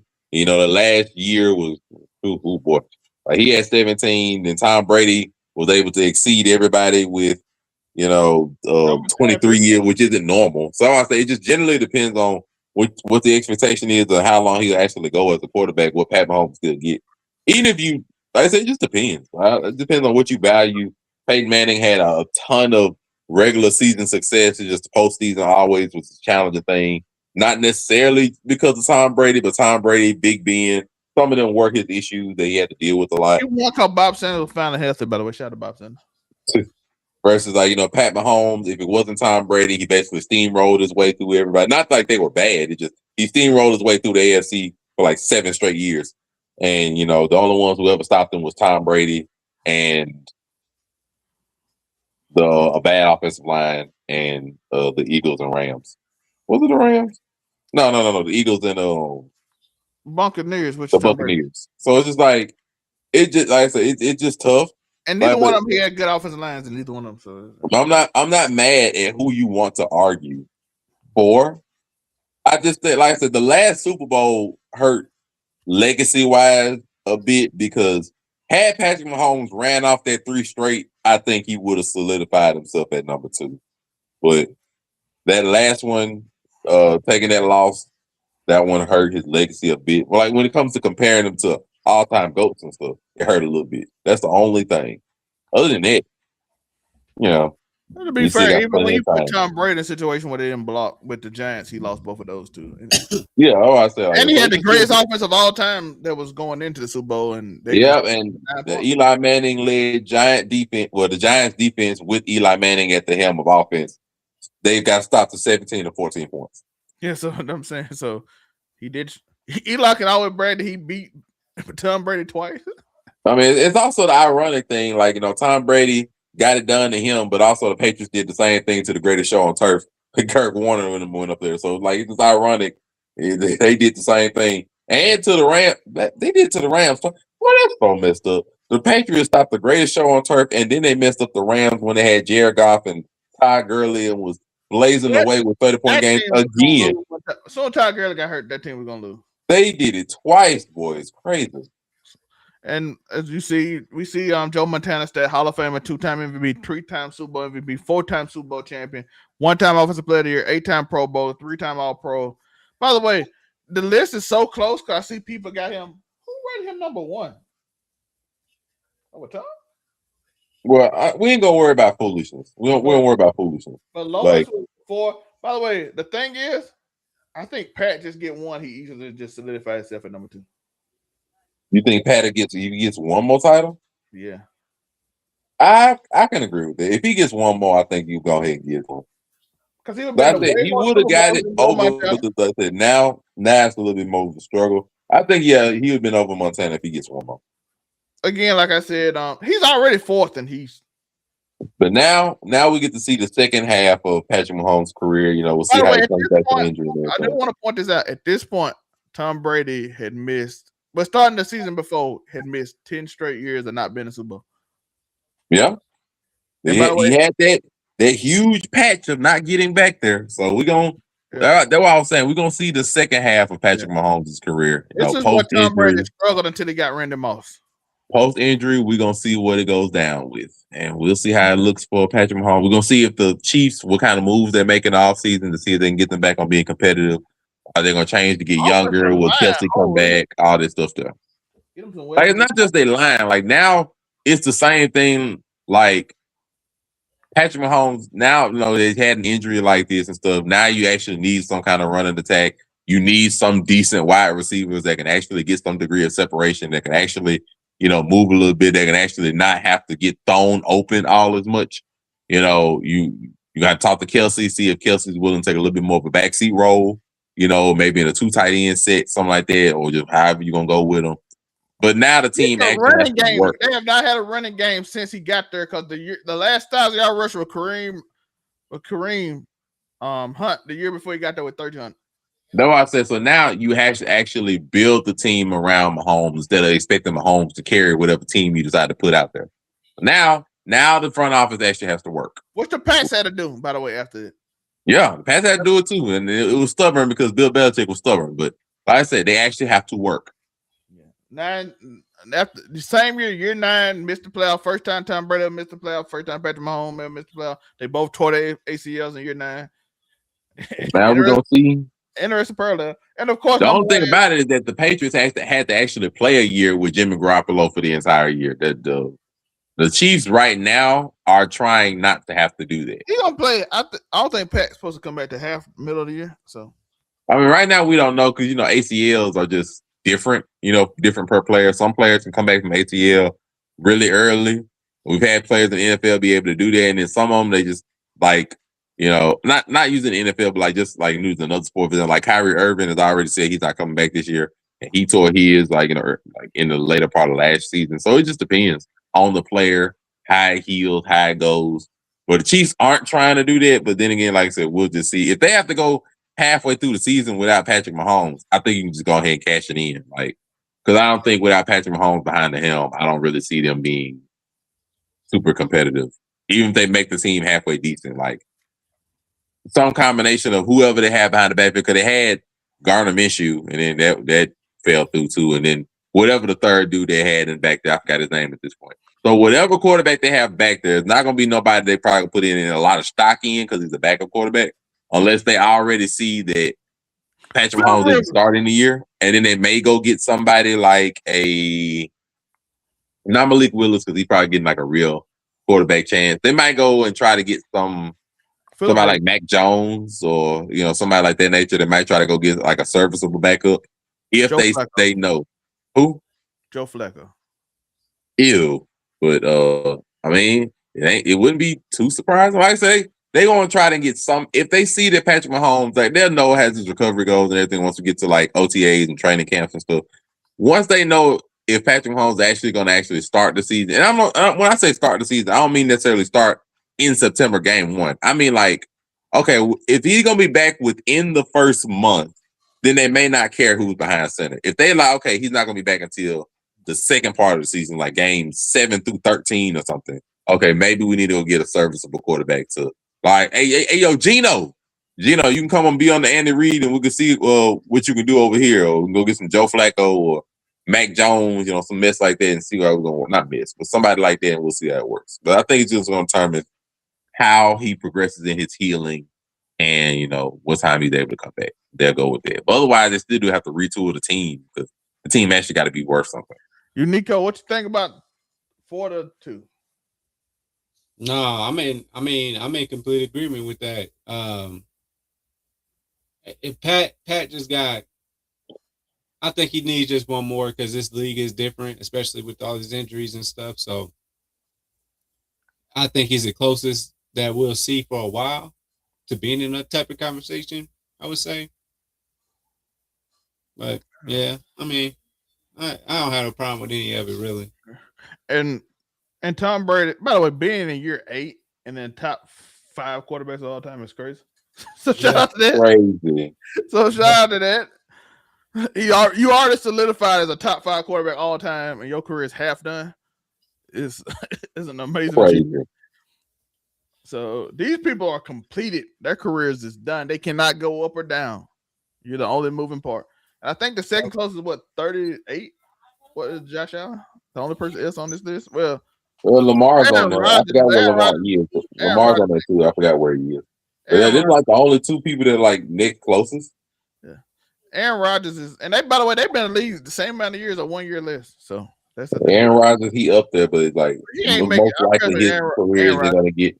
Most likely his career isn't gonna get any better. Most likely, even if Aaron Rodgers somehow miraculously played with the Steelers and won a Super Bowl, he's still below them too because he's still like he would. And Jalen Hurts is really, really low on the list, so I don't think it take a lot for him to get there. Even though he is young, it's just he's way low on the list. It'll take a lot for him to have to catch up to him. I don't think Joe Burrow down on this too. People don't believe him. Yeah, he's down there too. He's like Joe Burrow's like in the. Not taking Bleacher Report as fact because they got Joe Burrow down in like the freaking 90s or something, but whatever. You don't know what. But of course, Brady number 1, 3 MVPs, 5-time Super Bowl MVP, 7-time Super Bowl champion, 2-time Offensive Player of the Year, 15-time Pro Bowler, 3-time All Pro, 1-time Comeback Player of the Year. By the way, Mahomes got a chance to win that. 1-time Burt. Like I said, if y'all ever look at their careers and how parallel it is, it's insane. The GOAT. So it's crazy. 46 fourth quarter comebacks, 58 game winning drives, 23 seasons. By the way, like I said, Patrick Mahomes is at 9 right now. So that's how crazy it is. 75% winning percentage. The only one I think even close to that is Patrick Mahomes. Yeah, Patrick's the closest one. The other 2 people that are up here, like Peyton Manning and Joe Montana, they were in like 71. So they were relatively close, all things considered. But I think the only active one, the closest one, is Patrick. Well, Patrick is 75.4, so basically a 0.2 behind Tom Brady. Jesus. Well, that's the same one.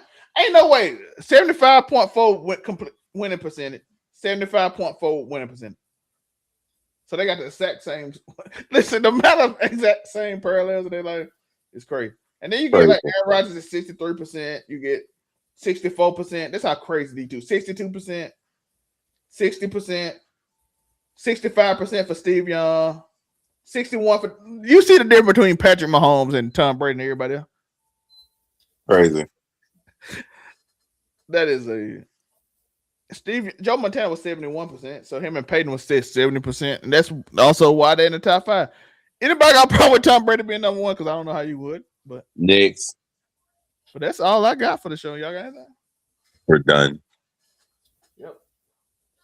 I'm gonna let them say the end, but if you want to know where you can find them over on 99media.org, look for those lovely faces of these 2. If you want to find out more information, click them. If you want to see more of Monterey, just click his picture. If you want to see Do You Hear Me, click Unico's picture, as well as any affiliate shows they have. We got the Blur Cartel, the Waifu Views. They all under the affiliate page. So go right there. Everything is easy for you to make. And if you want to see some of the other people, if you like, where's Afro Kami? His picture there. Where's Ebony Moonbeam? Her picture there. Sunkiss's waifu picture will be there soon whenever I get back on the website. But we got a bunch of stuff coming. So I appreciate that. By the way, you're going to have a media kit and more coming later this year when I get to it. But I got a lot going on. And there's some new fun things coming next month. So look forward to a new setting and situation. This will still be here. We loved over on that and that stuff, but we'll have a little fun, more podcasty set for y'all coming soon. Unico, Give the people some last words. Hey, have a good week. Shout out to that blessing of Unico Williams with some blessed words for us, as well as Monterey. When in doubt, JT it out. And what Buy the merch. Buy the merch. Linktree isn't no raw.me.org. If y'all don't know what the merch look like, so shout out to Zelma. You got to keep it 99. You see that logo right way over there beside you, Nico, in that corner. You see that logo go. You get some merch with that. You get the casual conversation merch, a bunch of other merches, that other little designs we got for the keep stumping, something amazing to happen, all kind of stuff. I appreciate y'all for watching. Overallmedia.org one last time, just so you can easily find everybody and their information right there. It's easy to see. You can pause right now. Go get it. Other than that, enjoy the outro. We appreciate y'all. We love y'all. We actually found a way to make this show an hour and 50-some minutes.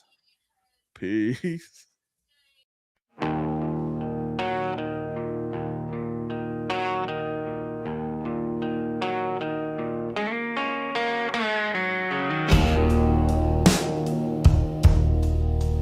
What's the score?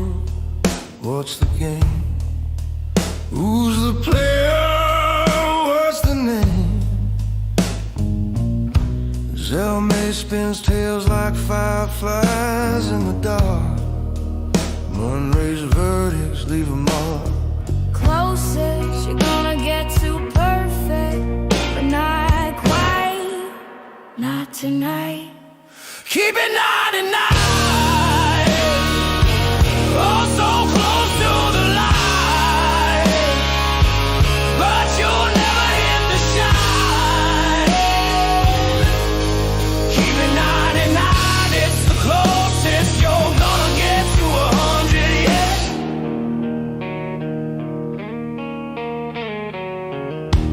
Unico's flow cuts like a knife, twisting rhythms full of life. The storyteller whispers truth in the night. Fraud judge rules with a crooked side. Closest you're gonna get to flawless, but it's raw, it's lawless.